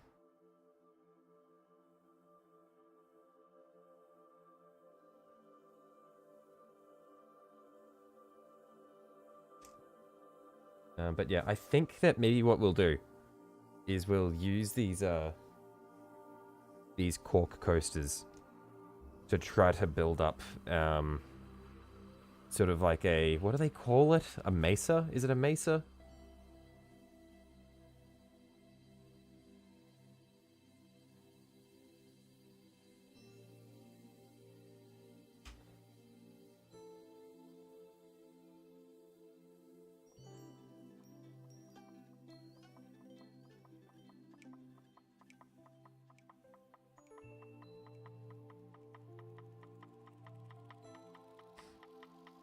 I think what we'll do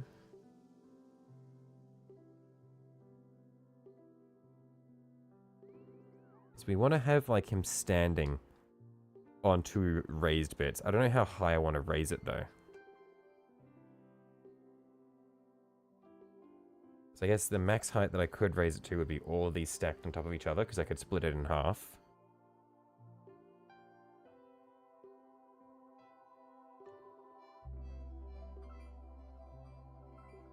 I think that sort of height could be cool. I think that height is actually quite cool.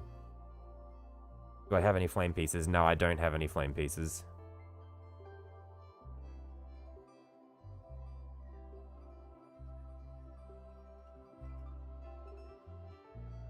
No, I don't. Appreciate it if you... I'm not sure if you're just having any issues or if, what's going on there. But I, will probably just remove a few of those to clean up the chat.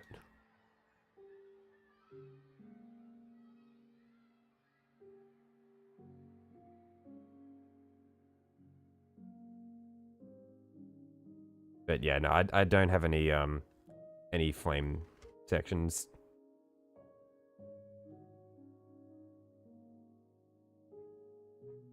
I reckon what we'll do is I'll split these in half. Actually, no, I'm not going to split all of them because I don't want to commit to anything with all of them. Yeah, you had some technical issues. All good, all good.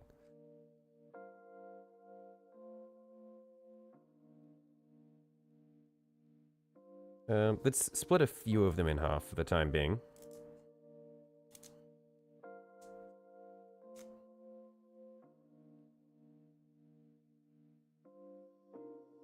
Because I think what I want to do is I want to see if I can... I want to apply at least a base layer of this, maybe a couple thick. And, oh, I could have them like split slightly, and then I could have like creeks running through in between. That could be cool.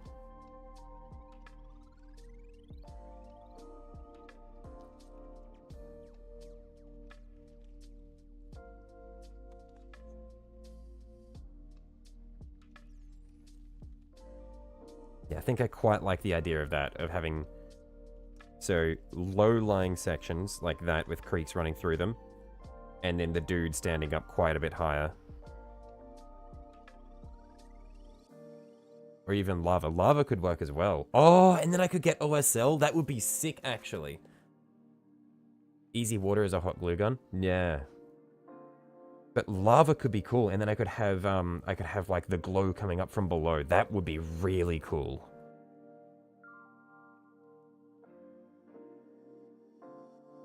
And then I can really work with like the source lighting from below, and then have source lighting coming from the melter cannon as well. I like that. I really like that.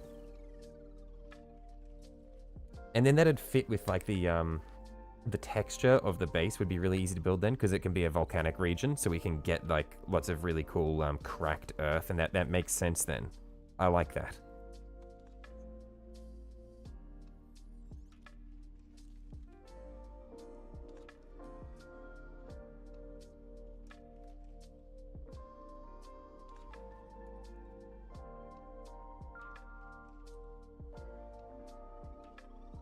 We just need to find a way to fit it together neatly without having the... I don't like having the really clean round edges because it doesn't look convincing. So I'm going to tear up these edges.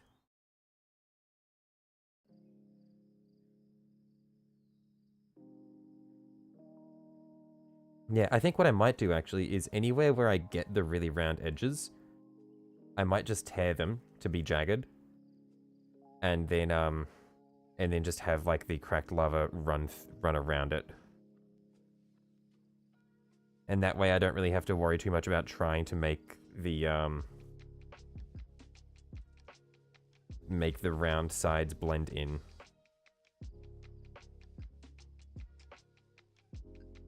We just need to figure out where we want his feet to be. Because if we have this here, his foot can be there, he can be raised up quite a bit. We'll build this up higher.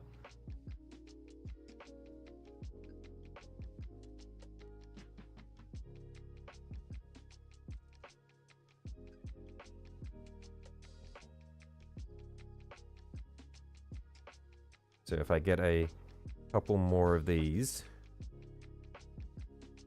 split them in half.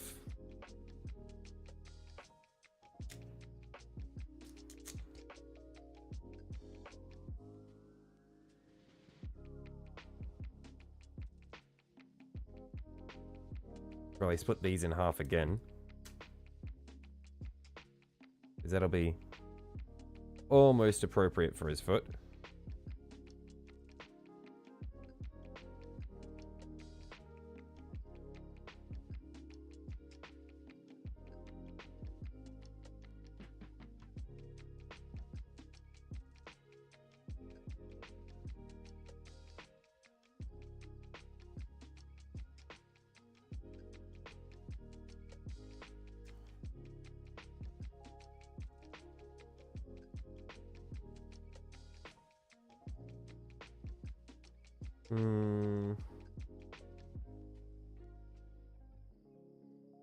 Or did I get frostbite on my fingers? Yeah, these fingers are not staying for long. They're falling off pretty soon, mate.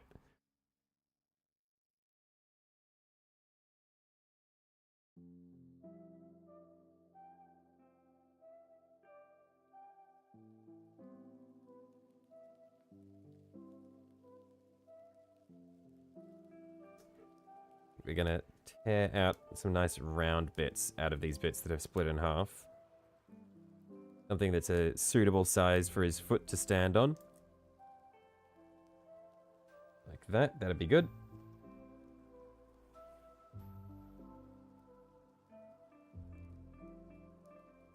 See if we can get another one out of this neighboring piece.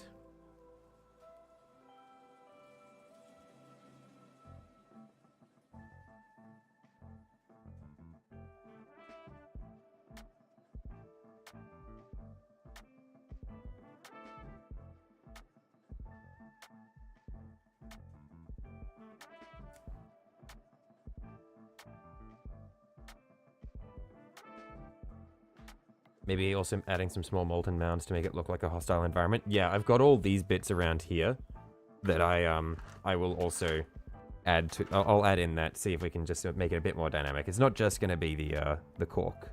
I think the cork is just really nice for a cool textured foundation.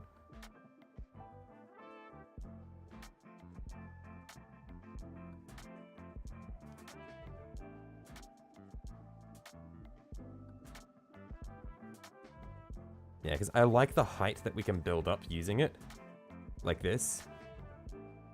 We do get a good bit of depth to it, and I like the way it sort of acts as like sheets and layers, because it really does look like that volcanic earth, then the volcanic stone.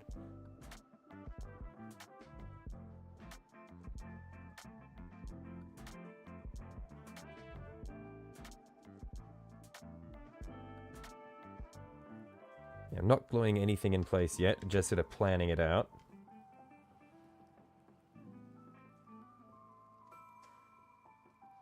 Yeah, I reckon 4 high for his feet, and then 1 to 2 high. But everything else will be good. So these are the bits we're going to have our volcanic creeks. Or our lava flows, I guess.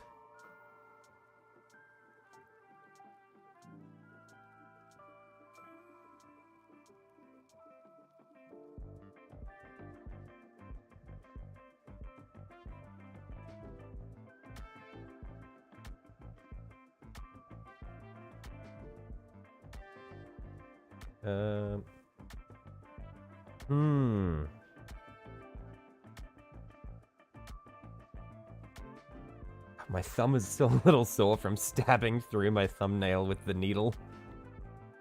Don't do that, kids. Not fun.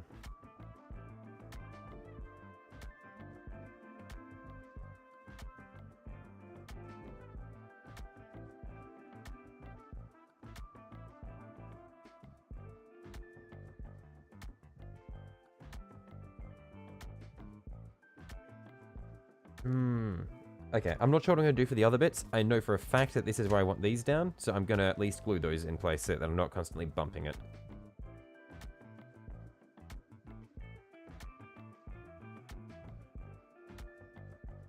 So, we've got 4 layers.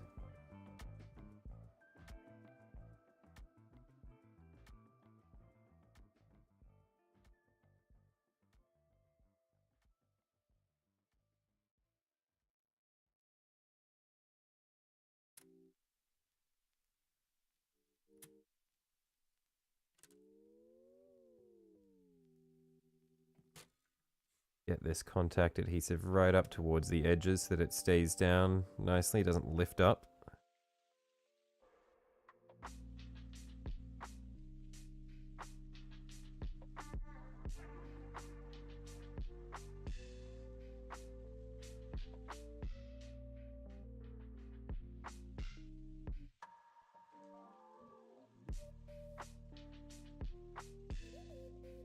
Put a broken car or something on the base to make it look cooler. I don't have any little matchbox cars or anything like that.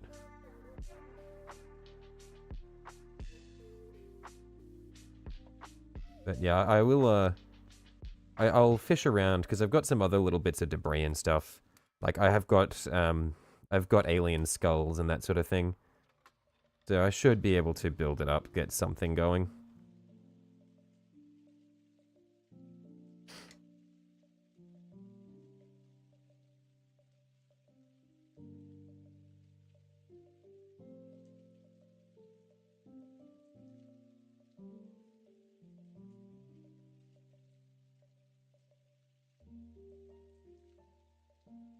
I think it was like this, roughly.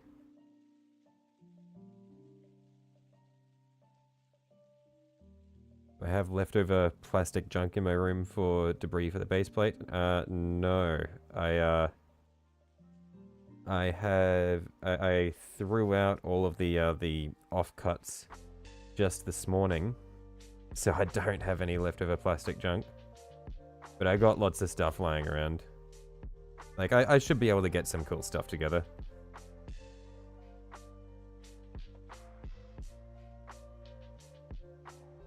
See if we can get this to come right up to the edge where we can. Where do we want his foot to be? Probably like that. That'd work.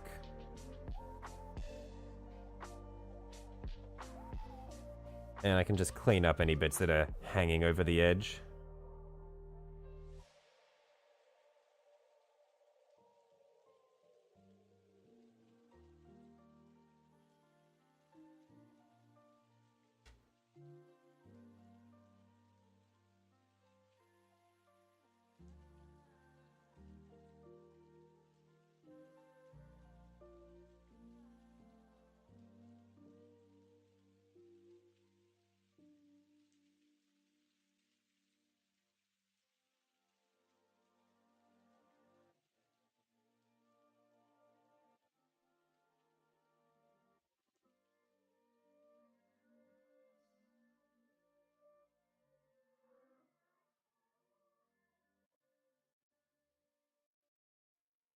Yeah, running low on this this tube of contact adhesive.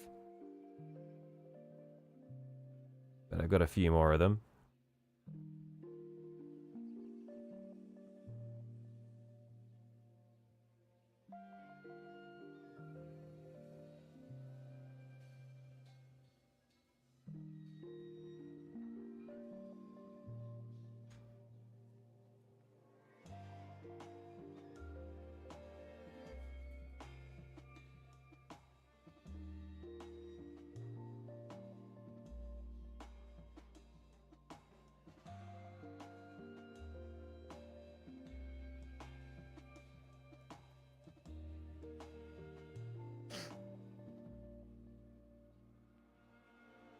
What color am I doing for the base plate? Not sure yet. I think the darker a color I go, the cooler glow effects I can get. Since if we're going to do lava, we'd be able to like work from dark colors to get like the glow coming out of the lava flow.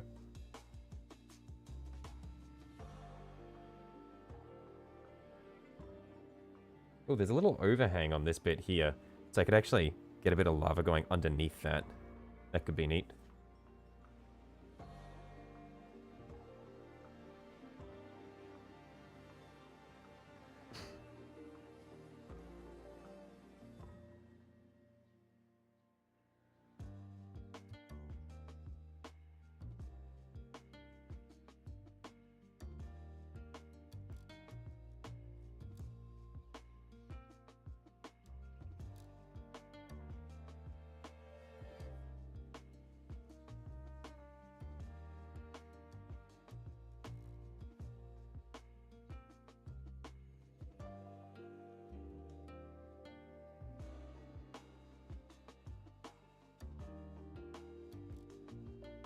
Yeah, I think that's all the contact adhesive I'm going to get out of this tube. So let's put this aside and crack open a new one.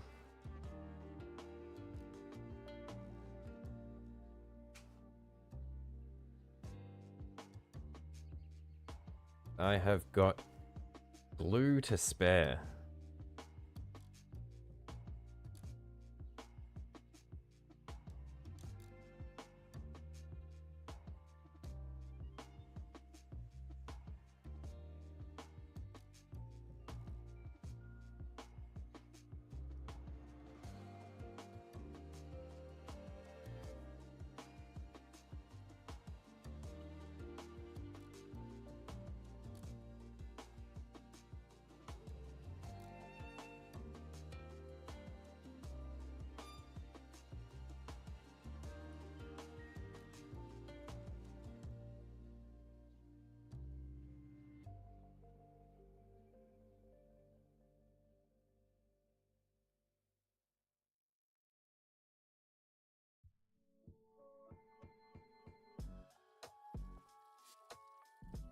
Okay, this is going to be a bit of a long process because I'm needing to glue down each individual layer of cork, but I think it'll look really cool at the end if we do it well.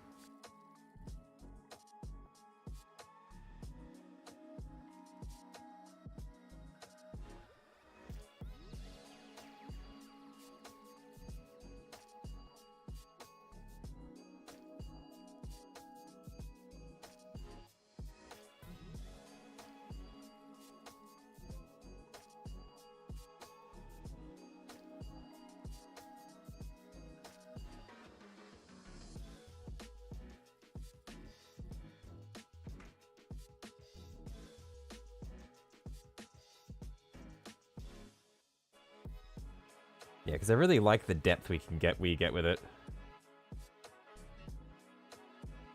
And like once we get like lava running around the edges of it here as well, I think that'll be really cool. Because we'll have old mate standing there. Maybe this will be his front foot. Yeah, we might have that be his front foot.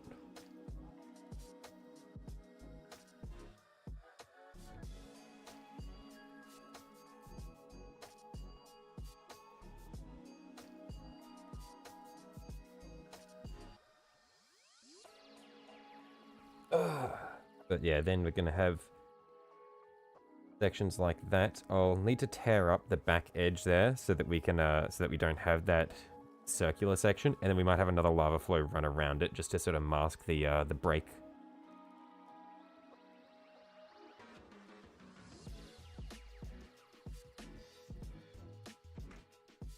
So we'll just tear it as close to the edge as possible so that we don't waste too much.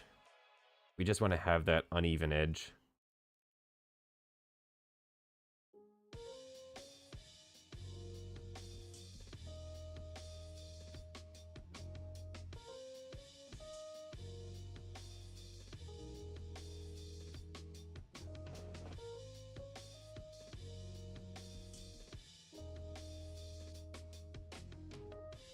So then we can do this, like that, and then have more lava run around there.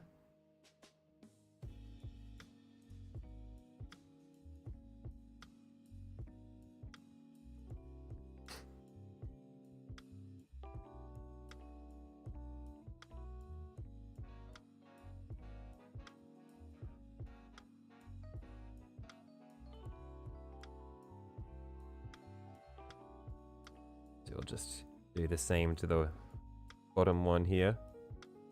Just because we want to have this bit too thick so that we can get a bit of depth to it.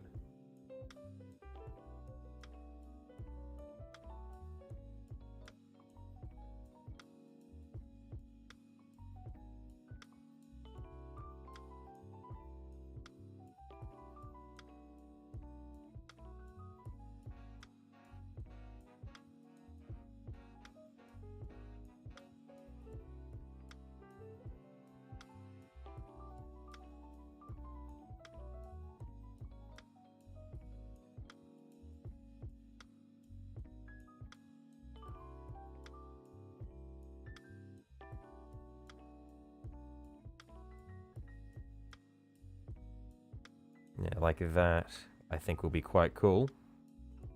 And yeah, we'll fill this with PVA glue or something mixed with orange. We'll need a. I think what we might do is we might paint the bottom white, so that then when we go over the top with orange, it really glows.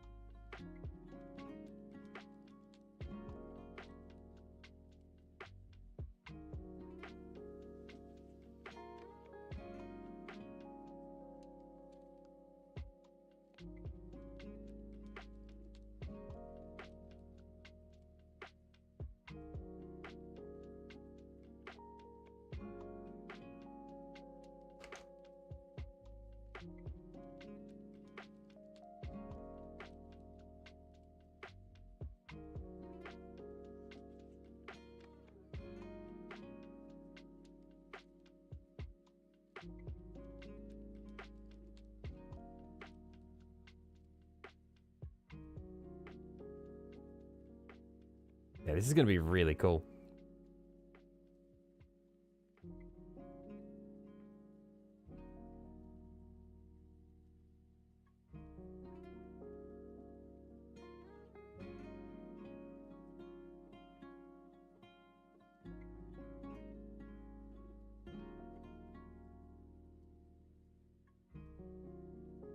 I can probably use all these little offcuts to try to build up the layering around here without making it too clear that there was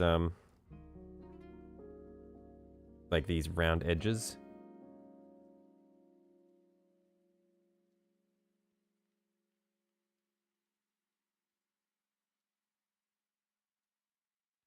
It's going together quickly. Yeah, we're getting there. I don't know if it's necessarily quick, but we're getting there.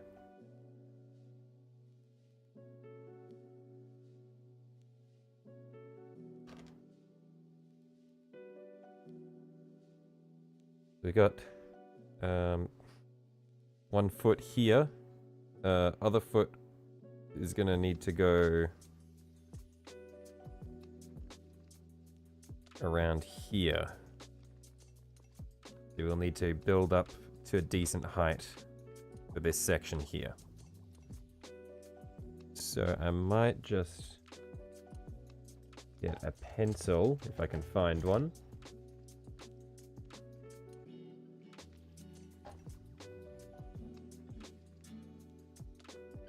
And just mark the general area where his foot is going to be.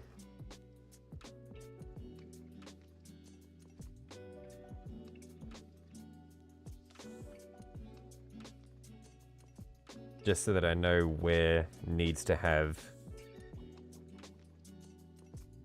some support. Because it'll need to be about 4 layers high, where I've just marked.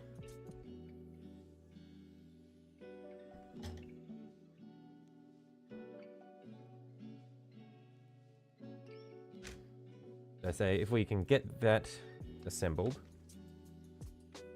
then we should be able to just build whatever from there.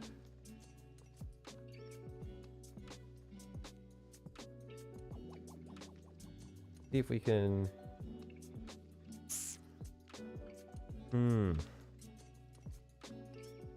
Perhaps what we do is we go 4 high and then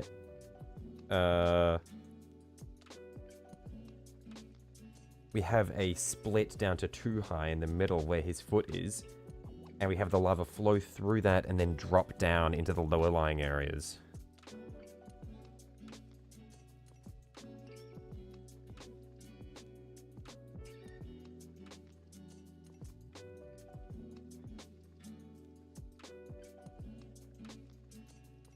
And so then what we can do is we can have this at that could be cool. We can get some really, like, some verticality and have the lava flowing from this edge down over that way.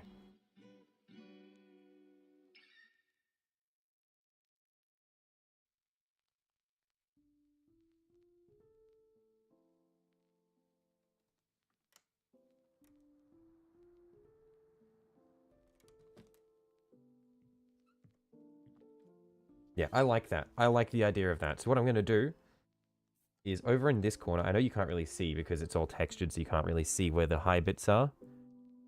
But I'm going to set it up so that we have the lava flowing down from the back edge towards the low-lying area where he's walking. So I'm just going to build some bits up higher.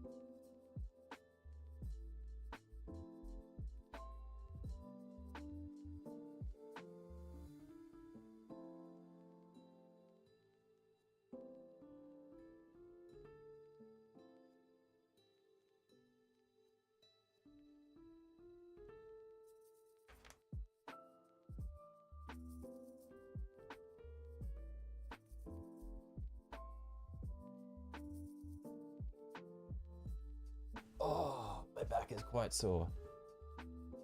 Need to drop my chair height down a little bit so that I'm not hunching over as much.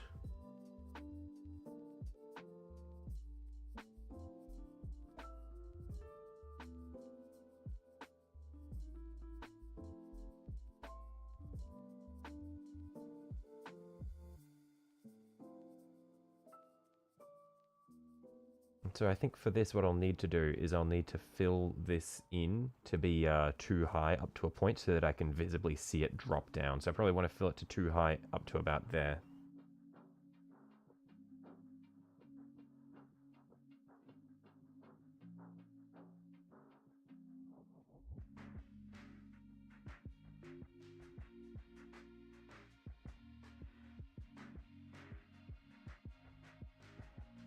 Maybe not necessarily even up to too high.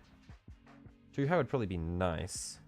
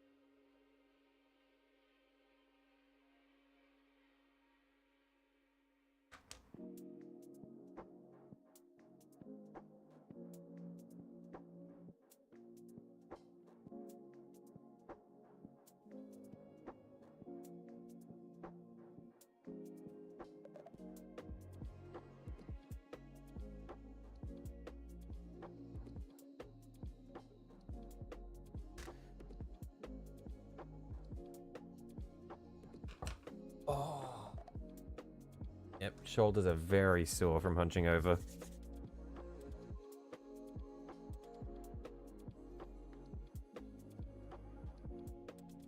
Now, where was this section here? Here it was.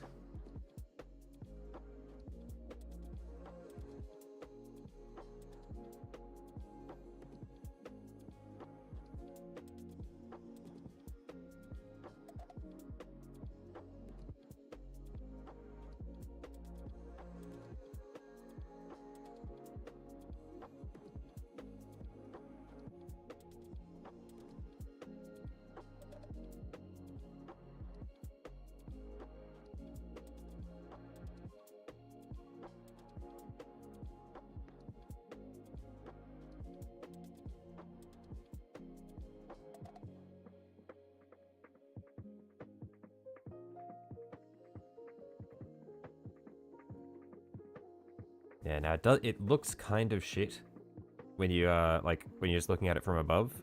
But when I turn it like this, you can sort of see the depth that I'm building with it. I think it'll look really cool once we have it painted. Because we're gonna have like the lava starting up high and then flowing down to be quite low down here.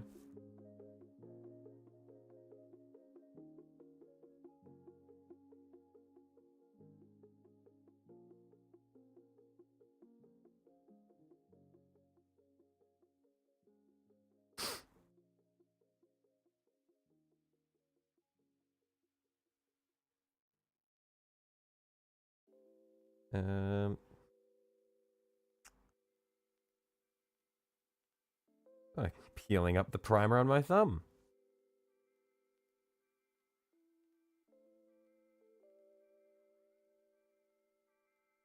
It's weird just seeing like the little bit of pink skin peeking through that. Okay, so what I was going to do for the feet over here, I'm going to get some of the, a couple of full sheets here. Just that I can figure out what I want to do. Because its foot is going to sit about here. I think what I want to do is I want to have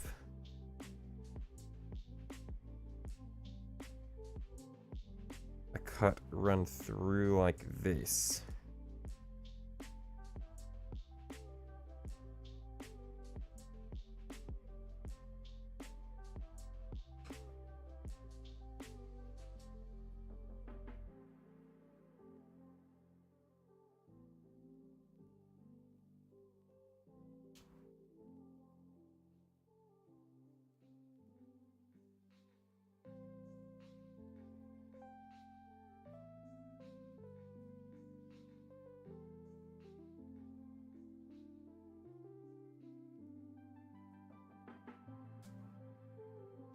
So we'll have a couple of bits sitting here.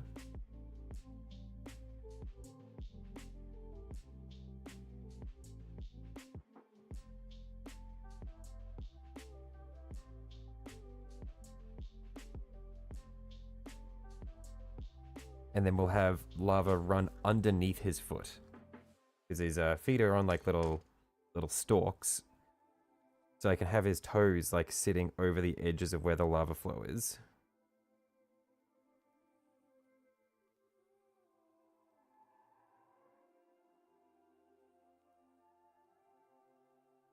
So like right under there, just have like lava flow underneath there.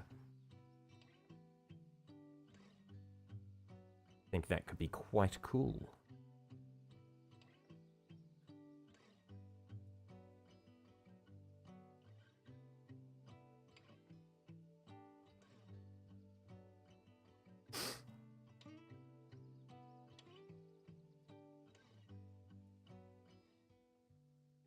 So I'm just going to mark the point where I want to have the very tip sitting so that I don't forget.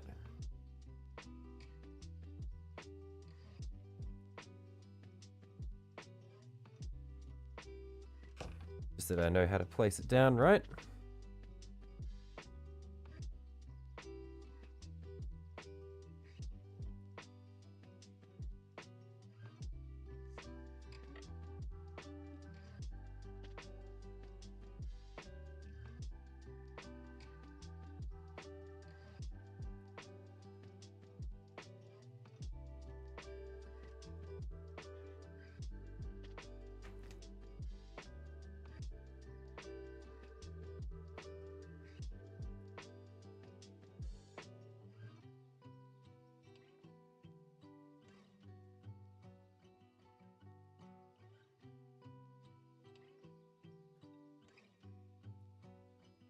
Okay, so we get the bit sitting just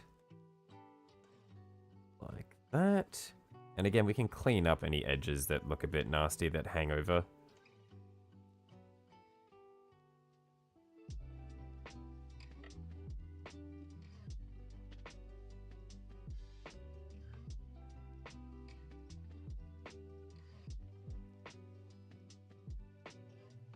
On the phone, but you're back now. Welcome back.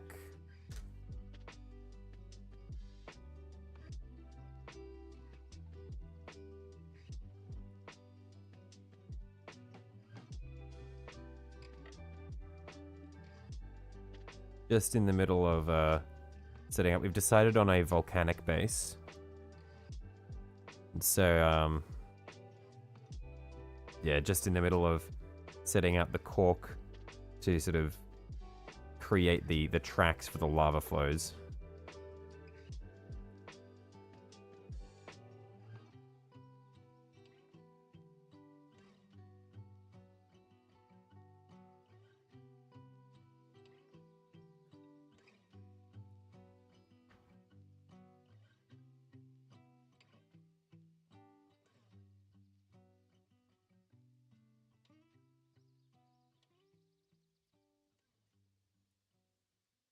So the section where his foot is going to be will need to be 4 high.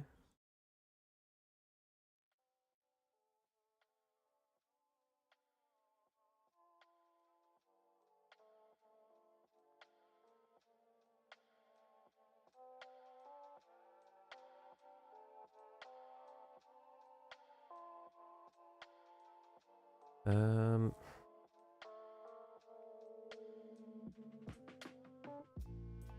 not sure how much lava we want to have, because you'll basically be standing like that.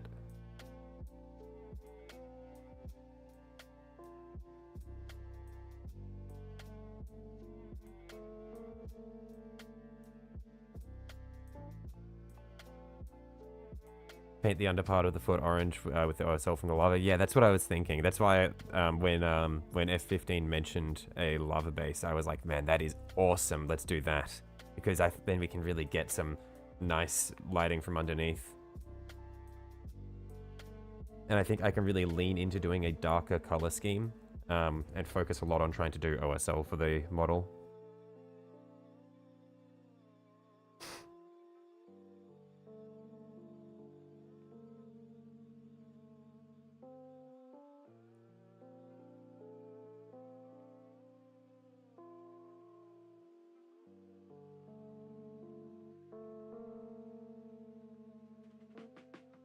Maybe I don't need to set up both bits that he's standing on to 4 high, and instead just have the front foot standing at 4 layers of cork deep, and then have the lava flowing down towards the back edge there.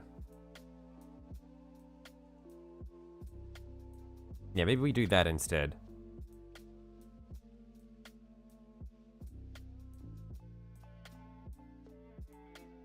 And so what we could do then is actually, oh, okay, I have an idea. So we can have the high point of the lava be coming from here, and have it flow down like this, and down like this. I think that could be cool. And so then I just put I put some platform here, a bit of platform here, a bit of platform building it up here so that the lava can sort of snake its way through. Yeah.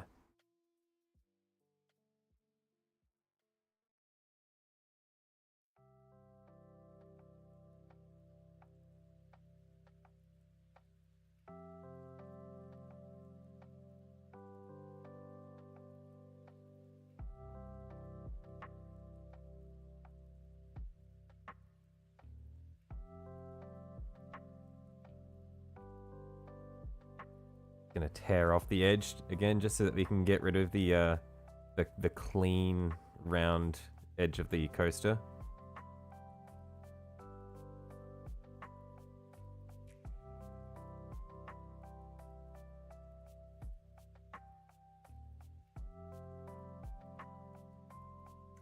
And then I think if we sit this here, then we can get like a nice high point for the lava to flow between.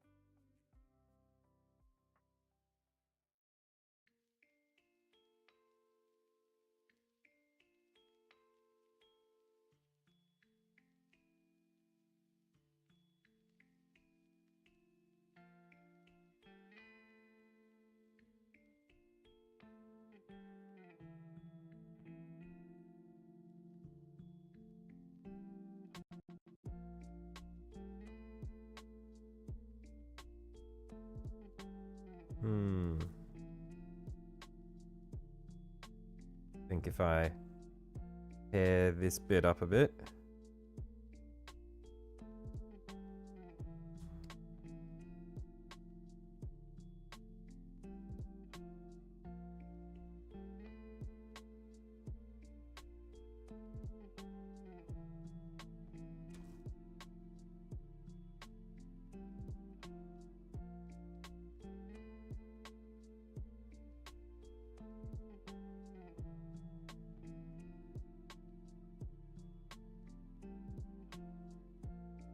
Just run those sections like that. I think that'd be quite good. And then I reckon I could build up this front edge a bit higher, just to guide the lava.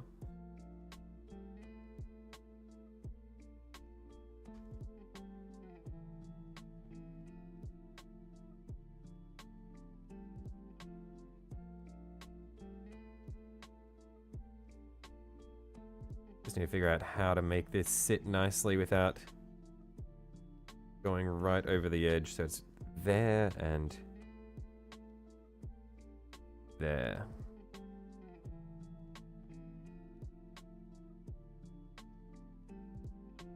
Cool.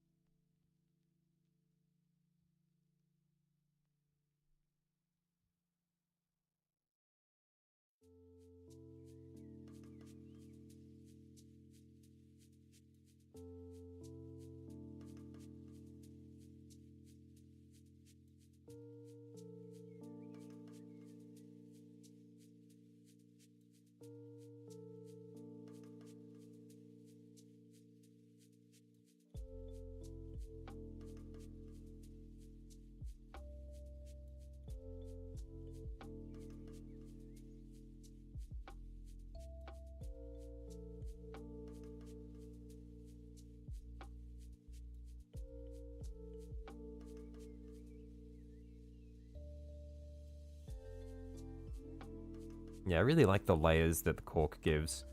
Like when you can really see the layers being picked out, it's quite cool. I need to make sure when I paint it, I really pick out the edges of each of these bits. I'll probably dry brush it just so that we can really get that texture.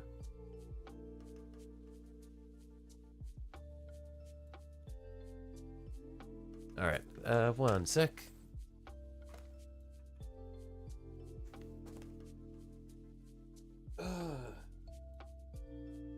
Finally taken the mask off. The fumes, the atomized paint from all the airbrushing has finally cleared up.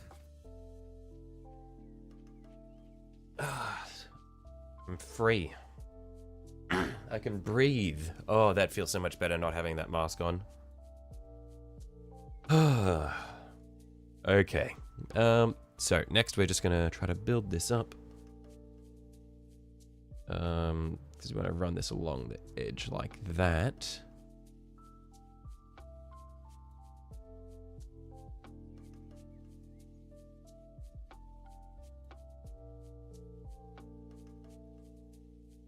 You're out, guys. Need some sleep. All right. Catch you later, Silver. Thanks for dropping by, like always.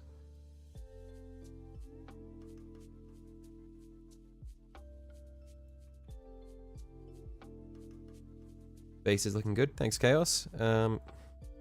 It's a bit hard to see what's going on because of how textured the cork is, but I think it'll look really good once we get it all together and then paint it up.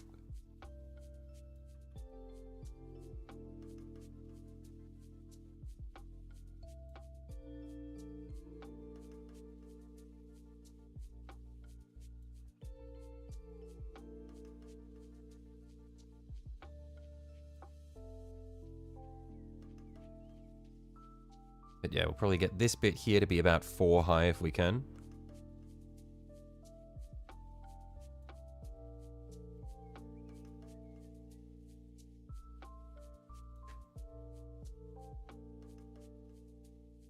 I think I might glue down just some scraps in here to build up the height of this so that we can really get the effect of seeing it go downhill.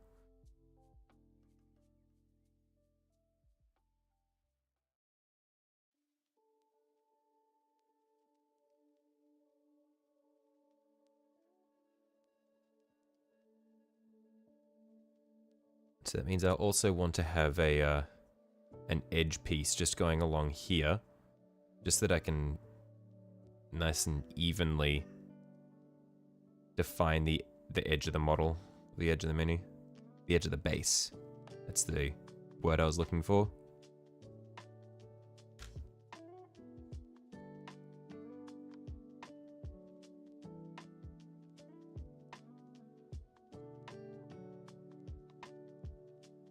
Chunk of dried contact adhesive is kind of getting in the way, so let's just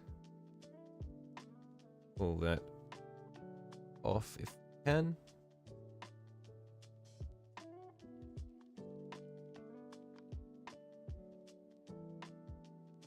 What am I going to make the lava from? Milliput? No, I'm thinking of maybe getting some... What I'll do is I might try essentially painting the space underneath it white, and then getting some PVA glue or something like that, watering it down a little bit and mixing some orange into it, and then just building it up through there. I think that might look cool.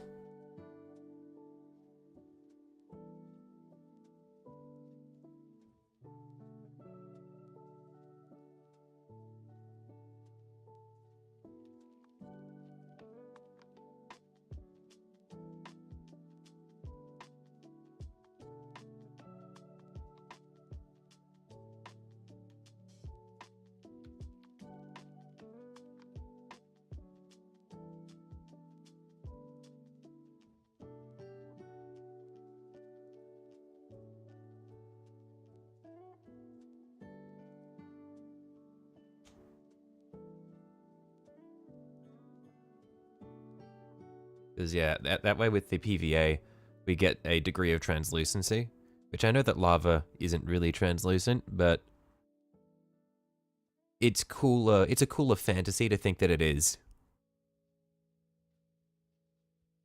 It's a cooler visual spectacle if you can kind of see through it.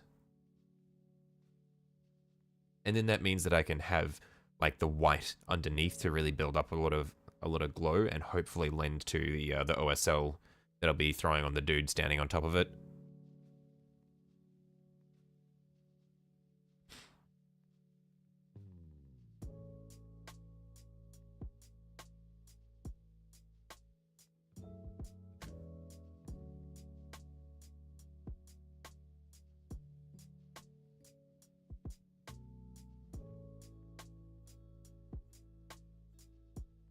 Wouldn't mix orange with the PVA, no?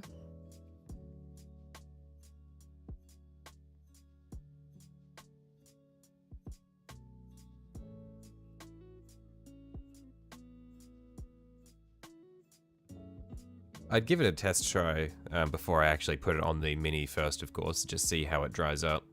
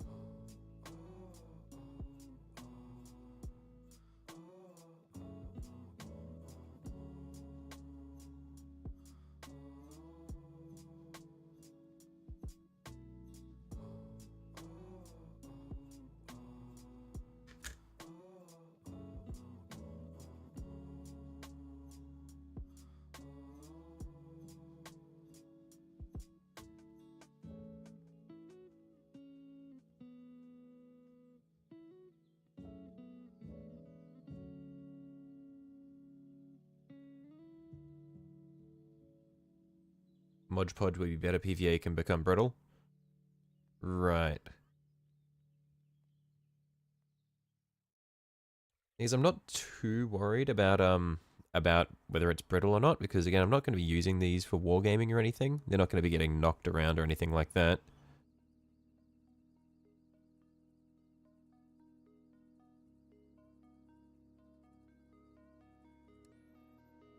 Either way, it'll take several coats. Yeah, of course. Yes, but like when I'm applying something that thick, I would definitely need to layer it up.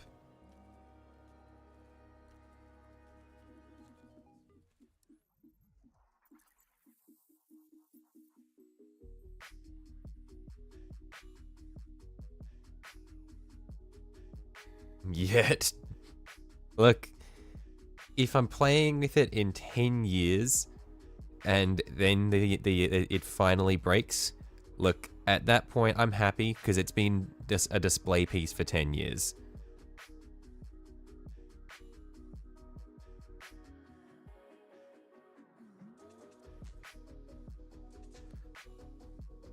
You're waiting for the stream to go longer than I intended. No, don't you worry. The stream will probably go longer than I intended, but outside forces will demand that the stream stops. Because I have been informed that there will be people playing instruments in the house, probably in the next half hour or so. So that is beyond my control, at which point the it will probably get quite loud and I won't be able to stream.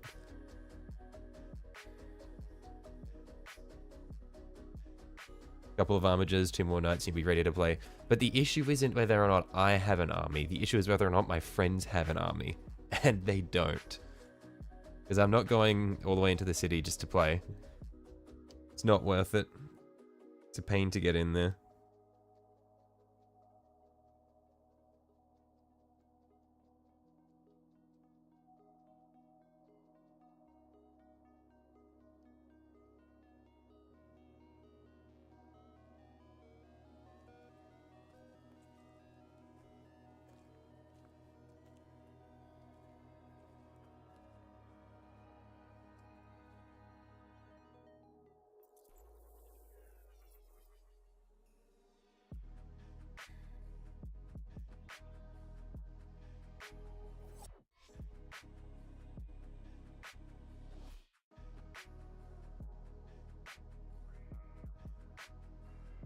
I've met several people in Brisbane to play with already. Oh, there's at least one. But again, it's just a matter of getting around in Brisbane is a pain. But yeah, I don't know. We'll see in any case.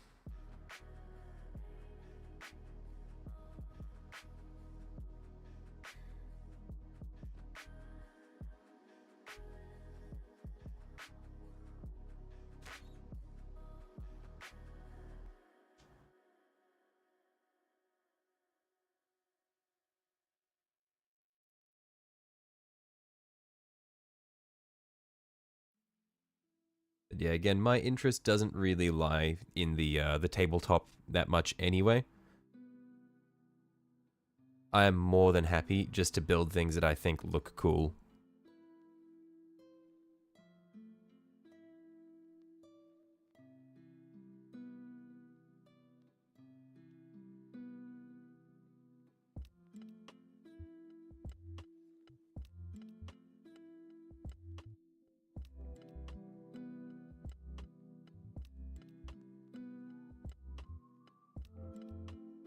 Buy them dinner and have them come to my place. True.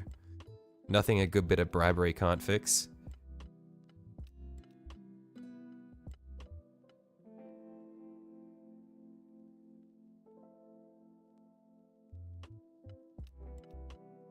Oh, yo, I could have, I could paint the really deep underlying bits here in white. Just to get that sharp brightness coming up from the depths, and then, work at it from there. That'd be cool.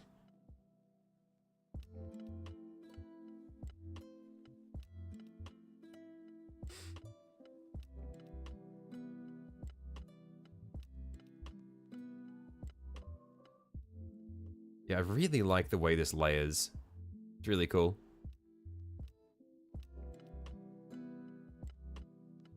It's always pizza and beers if you spend the cash to come to your place for a game. Fair enough.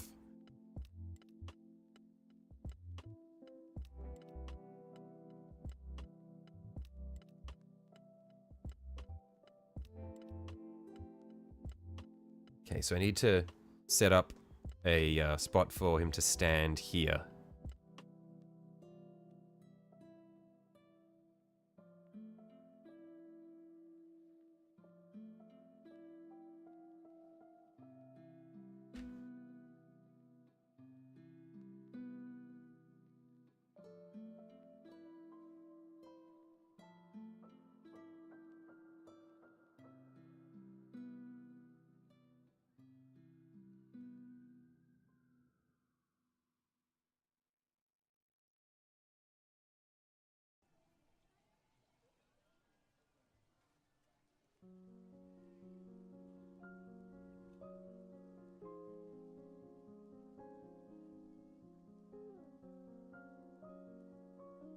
Okay, so I think what I'm gonna do is I'm going to... Where's my pencil that I had?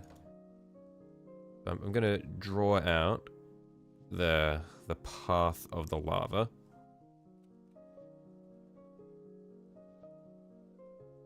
Is I'm probably gonna try to have it flow down this way, and then join into a run that goes underneath his foot, which means that I need to build up this section to be higher so that he can stand on it. So I want to build up that section down to here where his foot is.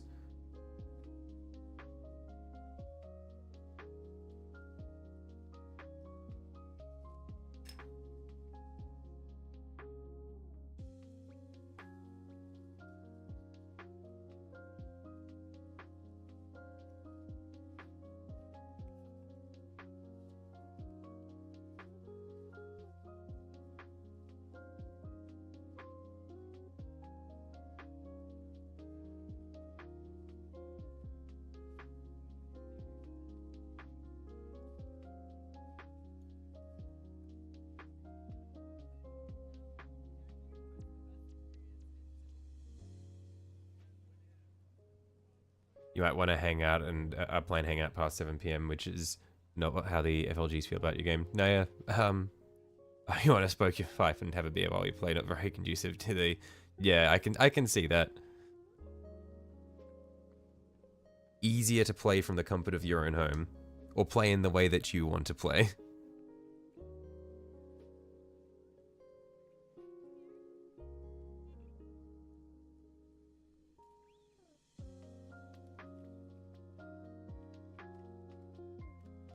You don't want to smell magic players or try to talk over screaming autistic Pokemon kids.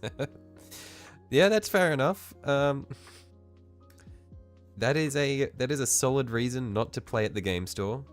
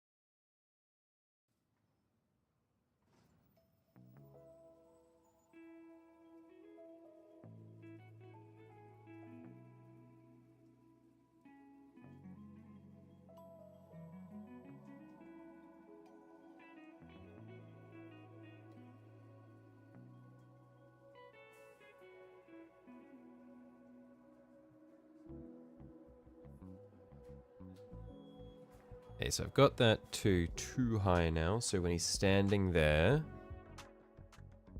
his feet should sit around there. Okay, so I need to bring the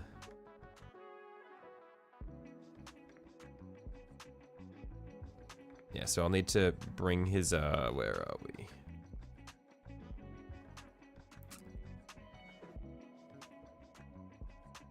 There, okay. So I'll need to bring this back in this way a bit more. I can probably cut this section out. And then I need to give support for that toe. So these two toes need more support, and then I can cut back this way.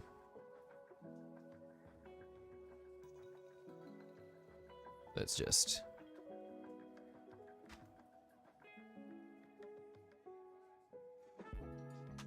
mark out the bits where we'll need support.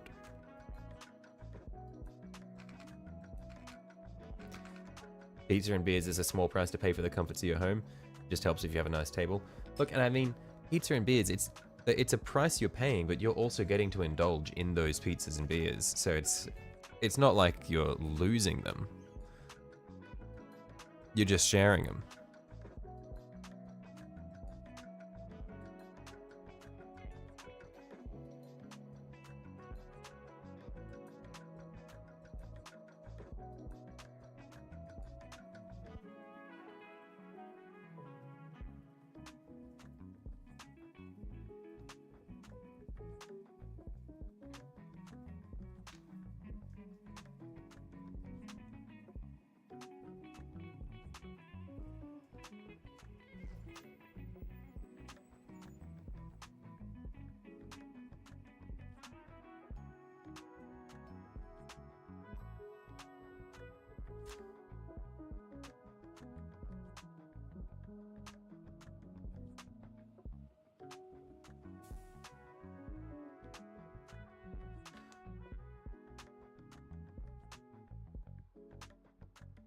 You do usually send the leftovers with your guest? Oh, that's nice. I feel like the common practice, at least over here in Oz, is the if it's like BYO or anything like that, generally it'll like the leftovers stay with the host. So it's cool that you send the guest away with the spare.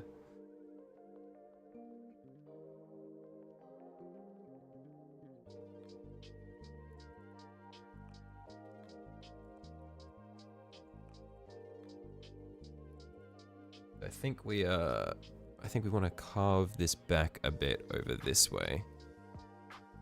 And so I don't want to give it a sharp edge, so I'm just going to sort of tear it with the tip of the knife.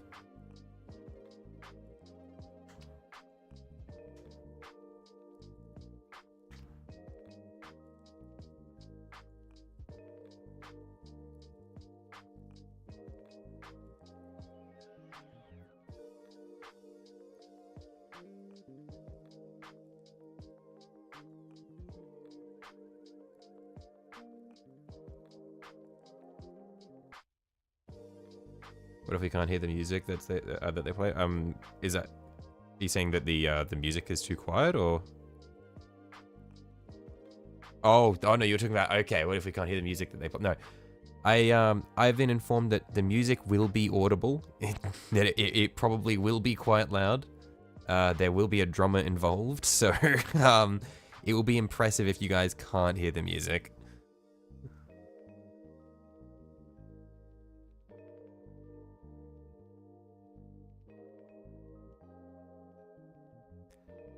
And even if you guys can't hear the music, I will be able to.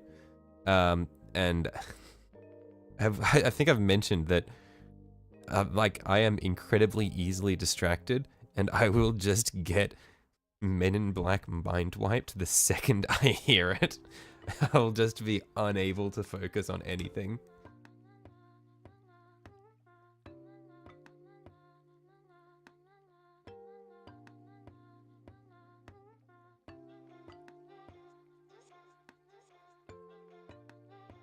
Okay, so I think this is about where it'll be standing, like that.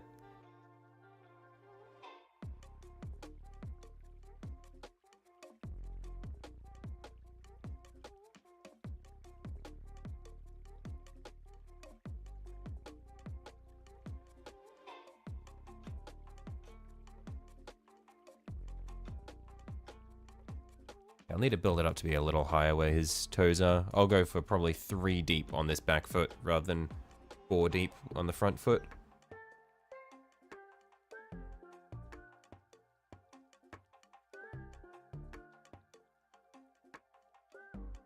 Oh, and actually I needed to see where his front toe was sitting as well. So like that.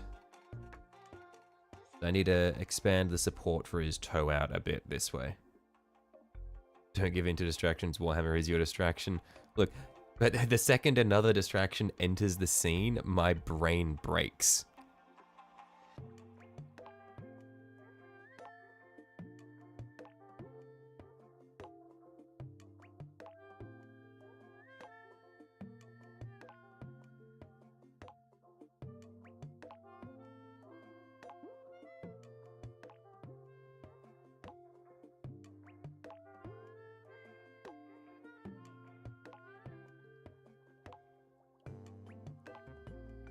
Oh man, you know what I'm not looking forward to? Is I'm not looking forward to finishing this base and then painting it and it's just gonna look like shit. It's just gonna be so bad when I'm done. Putting all this effort into like collaging these bits of cork on there and then I'm gonna do it. It's just gonna look god awful. Oh hell, Slanesh, more stimuli is better than less. Look, if I were a noise marine, this would be no issue. I could just chill in the anarchy. But I'm the opposite. I'm not the noise marine. I'm the guy who's getting torn apart by the noise blaster.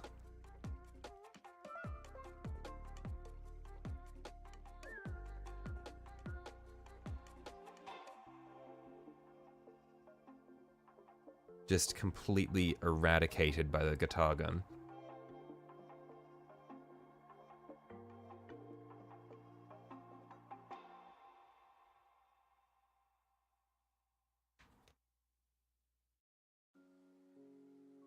You help walk me through it? That'd be very cool, thank you. I keep saying this, but it is so nice just having people who know what they're doing telling me how to not make an absolute mess of what I'm doing.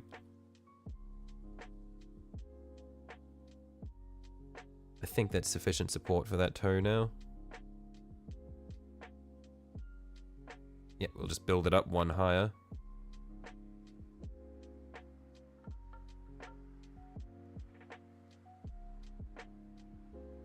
And then we need to get more support for this back one. Noise Marines look really cool, not gonna lie. Yeah, they are so cool. They are sick.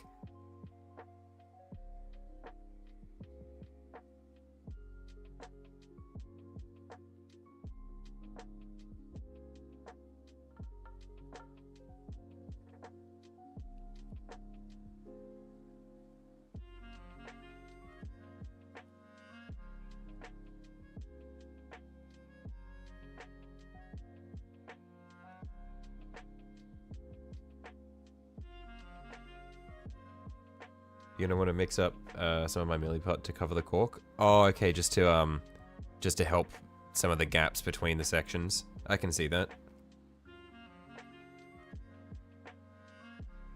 Oh, and I just also to give it a smoother surface.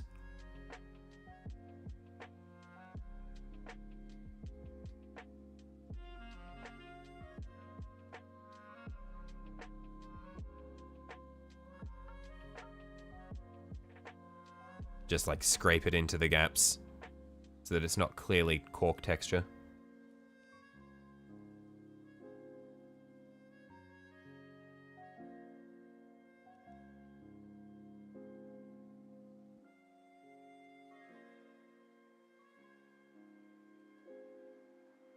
Oh man, okay. The composition of this is really cool. Undercoat lava and white, like I said, make a few small balls of milliput for bubbles. Oh, okay. Yeah, that's cool. Okay, I like that.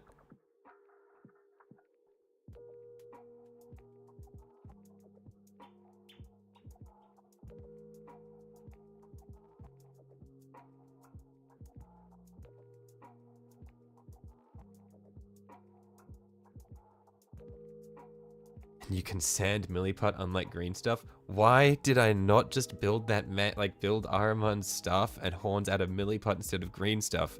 Maybe, okay, next Ahriman stream, I am redoing those fucking horns in milliput. The staff can stay because it's mostly fine, but the horns, I started trying to get them and it was not working. So the horns I'm gonna redo. The staff can stay.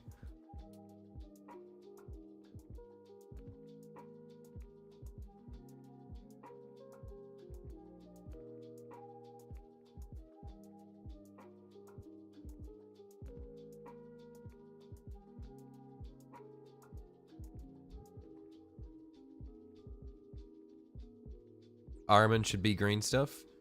Yeah? Even the horns? Or do you just want to watch me suffer?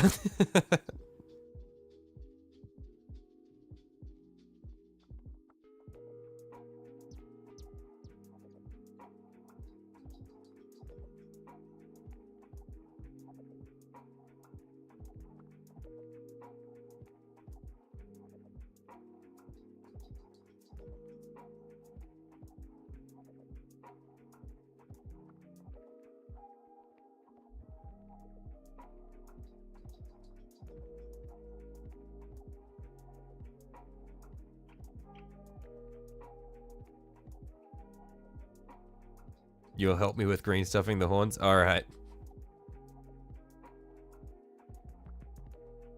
Okay, Tzeentch's Space Marines look cooler than Noise Marines and all the Chaos Marines other than Plague Marines. So when you say Tzeentch's, you're talking about the Thousand Suns, right? I am a Thousand Suns enthusiast, brother. You have come to the right place.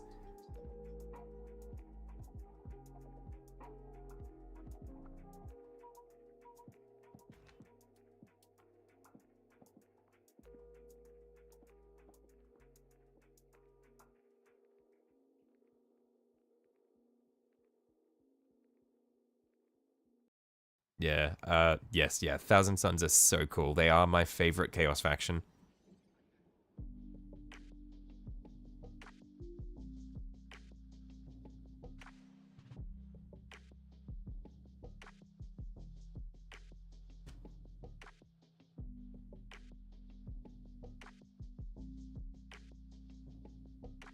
But like the cool thing about for me about the Thousand Suns is that like the design of like the Thousand Suns armor designs are not something that they like got after becoming Chaos.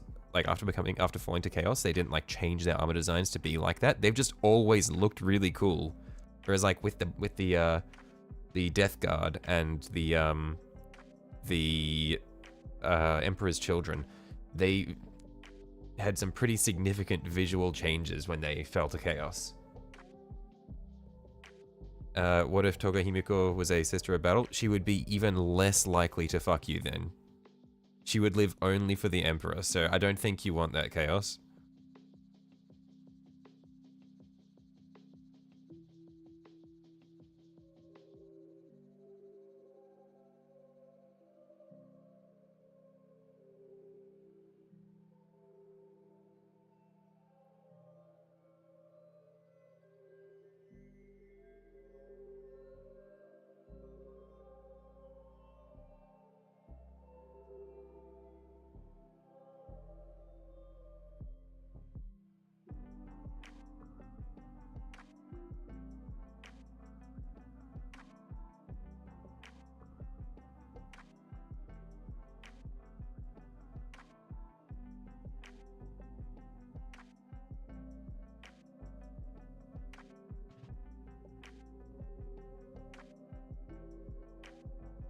Okay, so now we've got the support for all the toes. I think we're going to build up a plate here a bit higher, and then get a bit more interest here, and then over here. And then I think the not the base in general, but at least the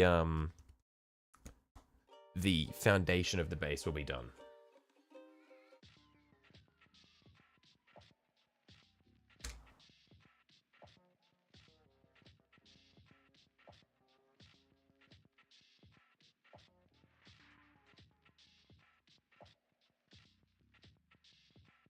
Used so much glue here.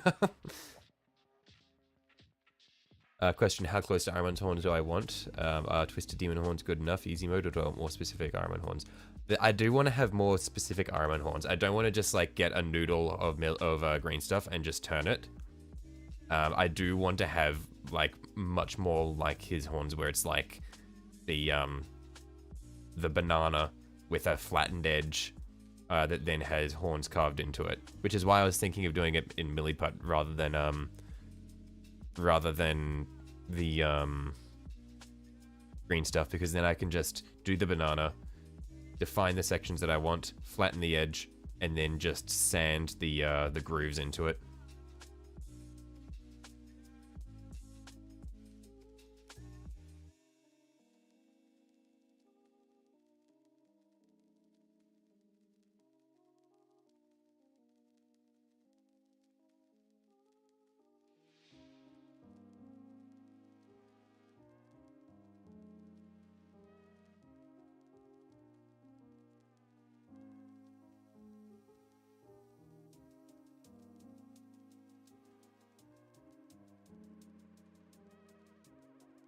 Get a safety pin for the project. This is concerning already.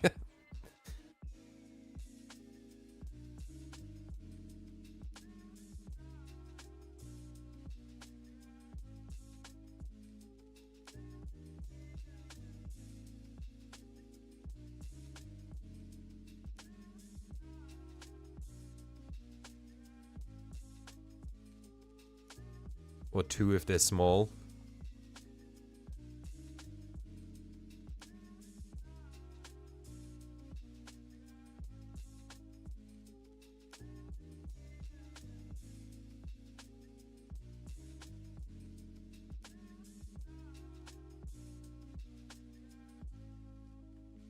I'm gonna start with an armature.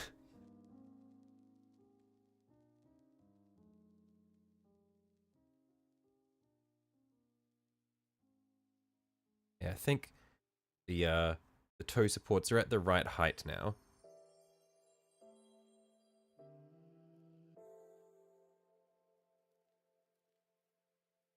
I think I might put some skulls here. But yeah, so let's just get some more structure here, and then I think we'll be good for cork.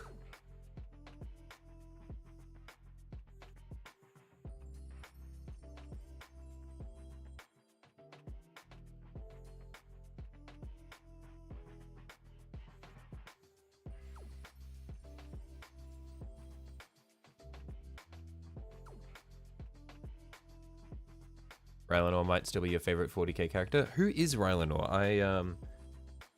I know the name, but I can't remember. I can't remember who they are. Skulls after milliput. Yeah, of course. So we want to get the smooth finish before we go with the skulls. Where were we? Oh yeah, I was gonna over here.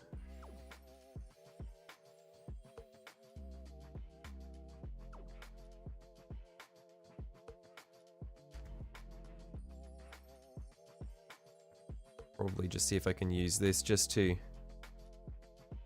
build the edge. How do I not remember him? I don't know. I don't know everything about 40k. I know a lot of things, but I'm not an encyclopedia.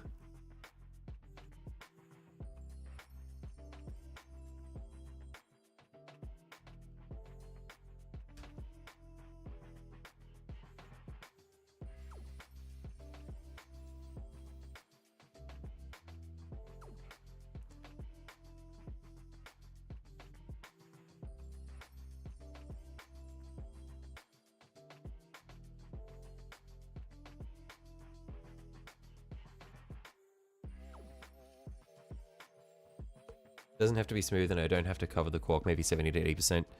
Yeah, it's just to remove a lot of the texture on the top edge that is not immediately identifiable as cork. It's just, I kind of get what you're alluding to.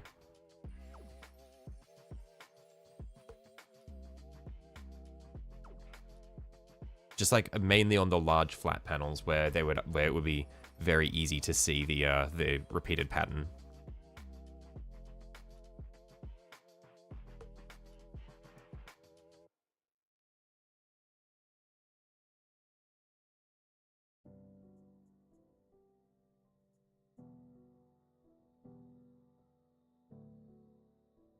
Yeah, rocks can be craggy just to break up the pattern of the cork. Yeah, just on the really large smooth sections. Yeah, I'm with you. Well, not smooth, but on the really large flat sections where it would be very easy to identify the cork.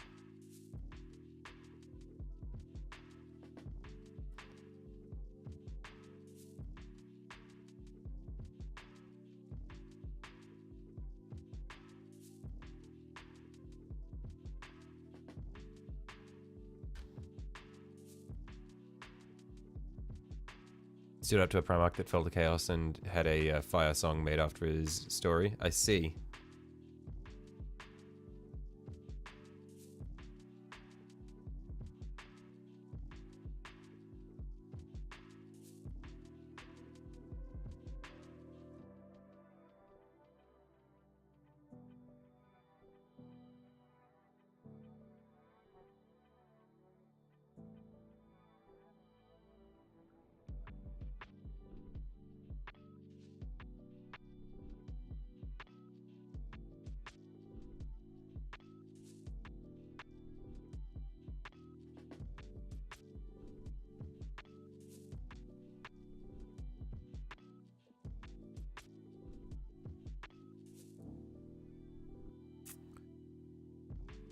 Okay, I think we just do this bit here.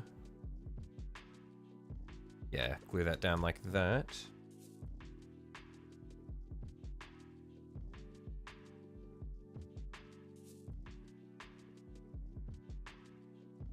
Leave some base bottom for lava. Oh, yeah, of course. I'm not going to cover all of it. I'm just going to go towards the edges, just because I don't want to have too many bits where the lava is going right off the edge of the base, because I'm not confident in my ability to sell that well, so I only do it in a couple of bits.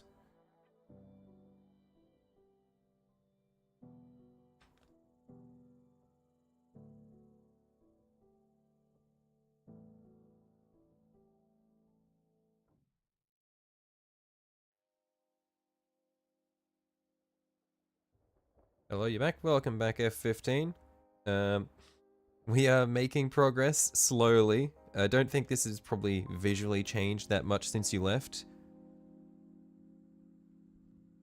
But, yeah, we've got a decent bit of texture going here.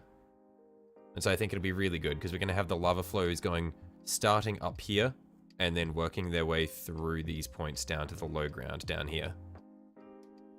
So hopefully should be pretty cool. And then the mini's going to stand like that, with the lava flow going under his foot on the back foot there, and then just in front of it, or just behind his foot on the front foot.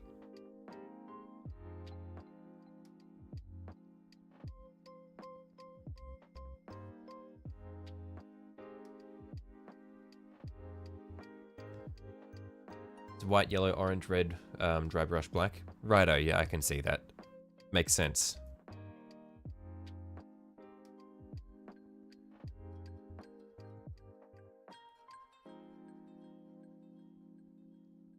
And so I reckon what I'll do is I'll just put one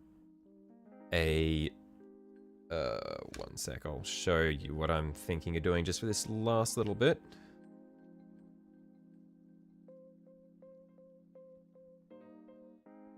Is I think just the last section, I'll just have a bit of cork there. And then we'll have the lava part around it to the edge of the base.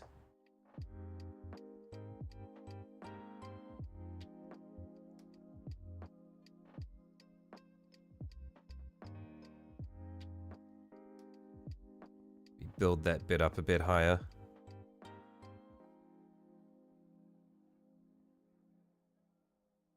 Yo, what's up?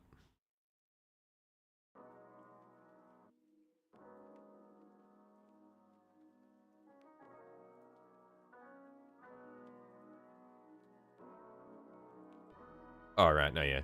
Just walking back, yeah. But I think that this will be quite good. I'll probably go 4 high on this, and then I might be able to put something on that little bit as well.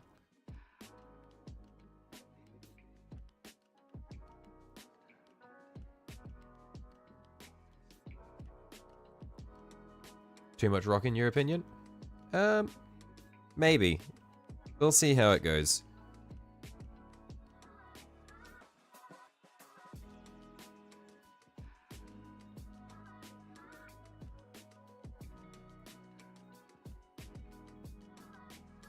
Because I want to have room to put things other than just lava on the base.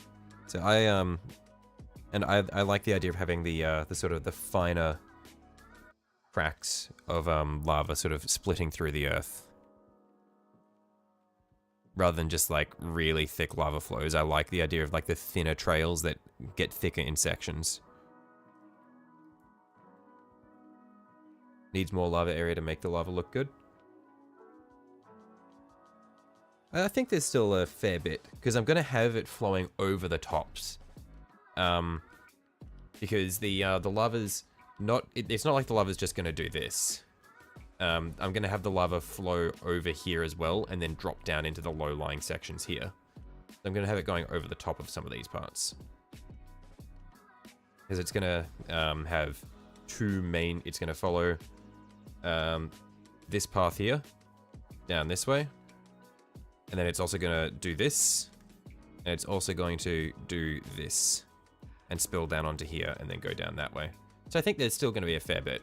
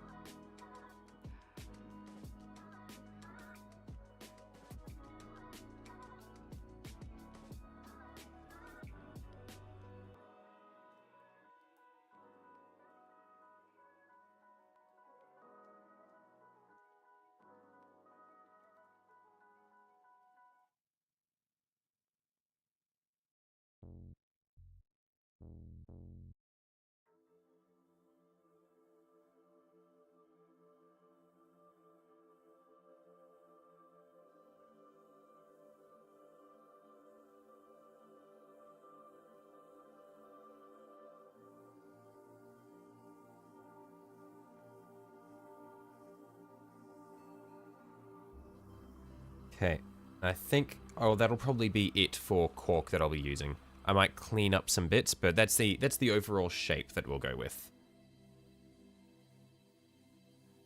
And I think that'll be really cool.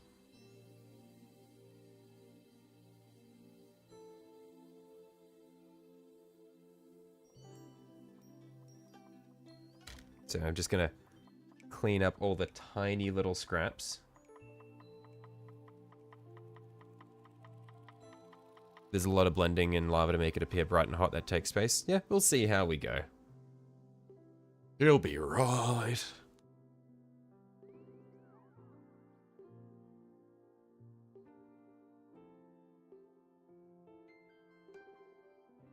Let's gather up all of our spare cork.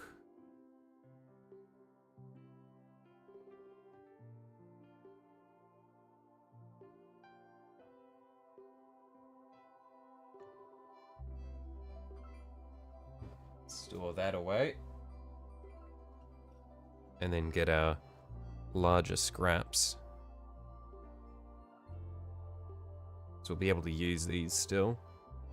Just the really tiny scraps that we'll be getting rid of. So we'll put our larger scraps in here with these rocks,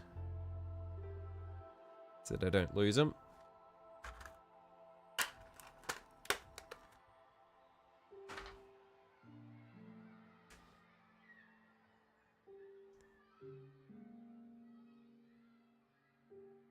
Then we'll gather up these little bits of shit, throw them in the bin.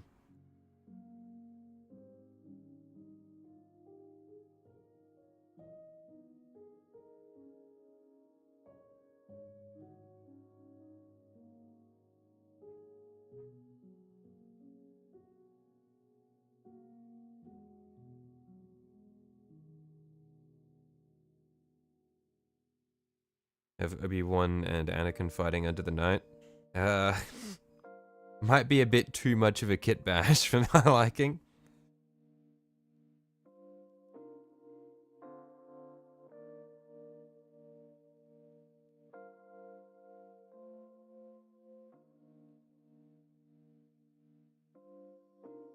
Printed rocks I could use on my big model. Yeah, they're pretty cool. I'm not sure where I'm going to use them, but they yeah, I might use them on top of some sections because I could paint like lava flowing off of the rocks, have them like as like little lava spouts.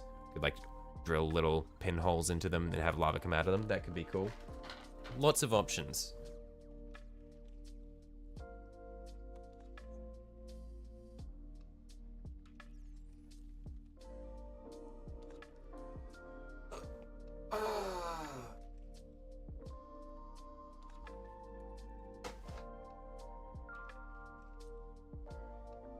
What about putty? I'm not sure what I'd do with putty. Well, because we're going to be using, like Francois suggested, we'll use a bit of putty to smooth out some of the areas.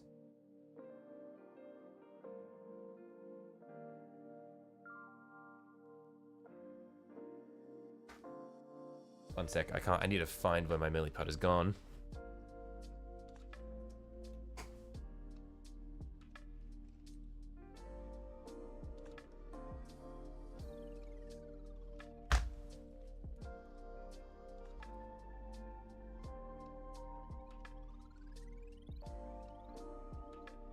So that's this fella here. But as far as this goes, because I imagine it's a two-part, like, okay, yeah, it's a two-part, just like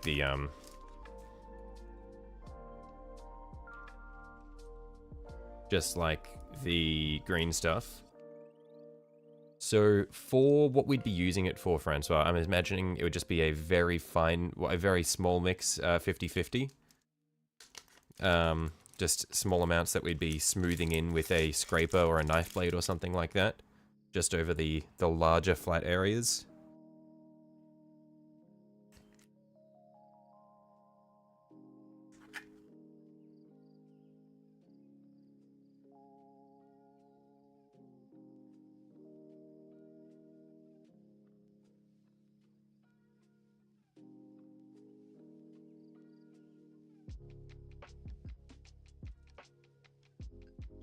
And hang on, I'll also go and get the skulls, because they will be cool to use. One sec.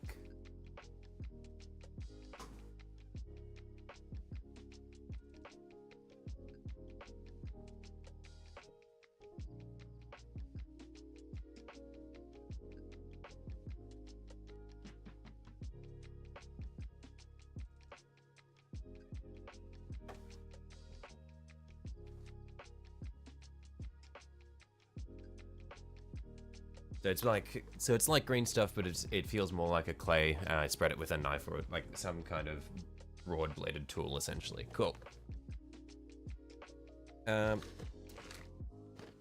So as far as skulls go, I have them all crammed in this old Tau broadside suit box.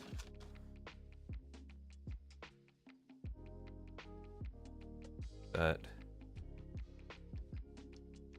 these are the different options that we've got. I think that's all of them.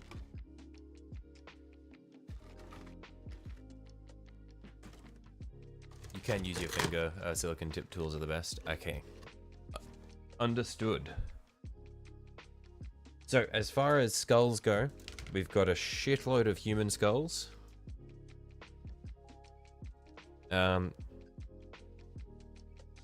We've got some Kroot, then we got some orcs, then we got some, I think these are Tau skulls here.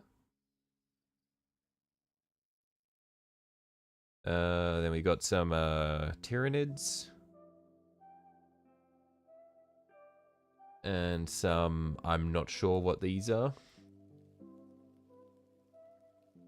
And then over here, we've got some more human skulls, some demons. I think these are Cornite demons, and this is a Nurgle demon.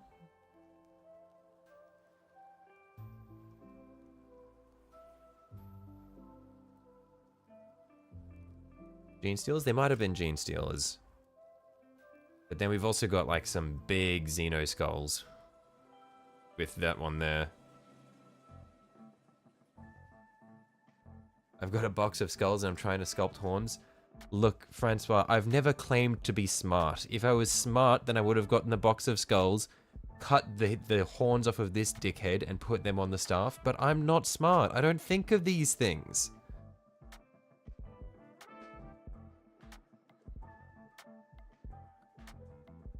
And also, Ahriman's horns are different. They're not just regular horns. Like, these would work for his staff, but they wouldn't work for the horns on his head.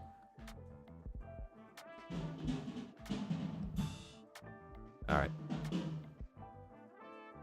Remember what I'd mentioned earlier, guys?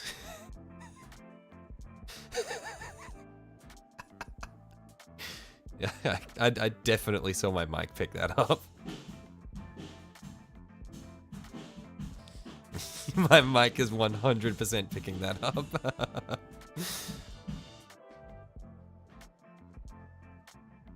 Guys, I don't think I can go on like this. I don't think I can go on like this.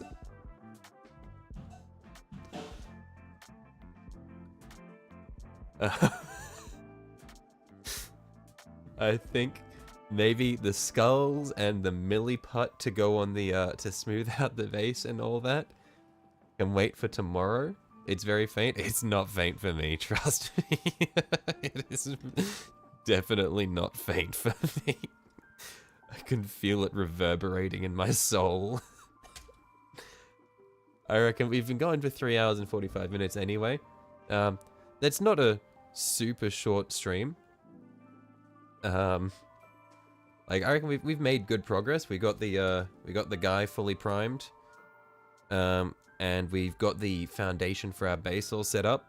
I'm gonna be streaming again tomorrow. It's okay, Chaos. I'm not going anywhere. I'll be streaming tomorrow, and I haven't checked my work roster, but I'll probably be able to stream at least a few times next week as well. It's not gonna be like the past couple of weeks where it was like 2 streams a week.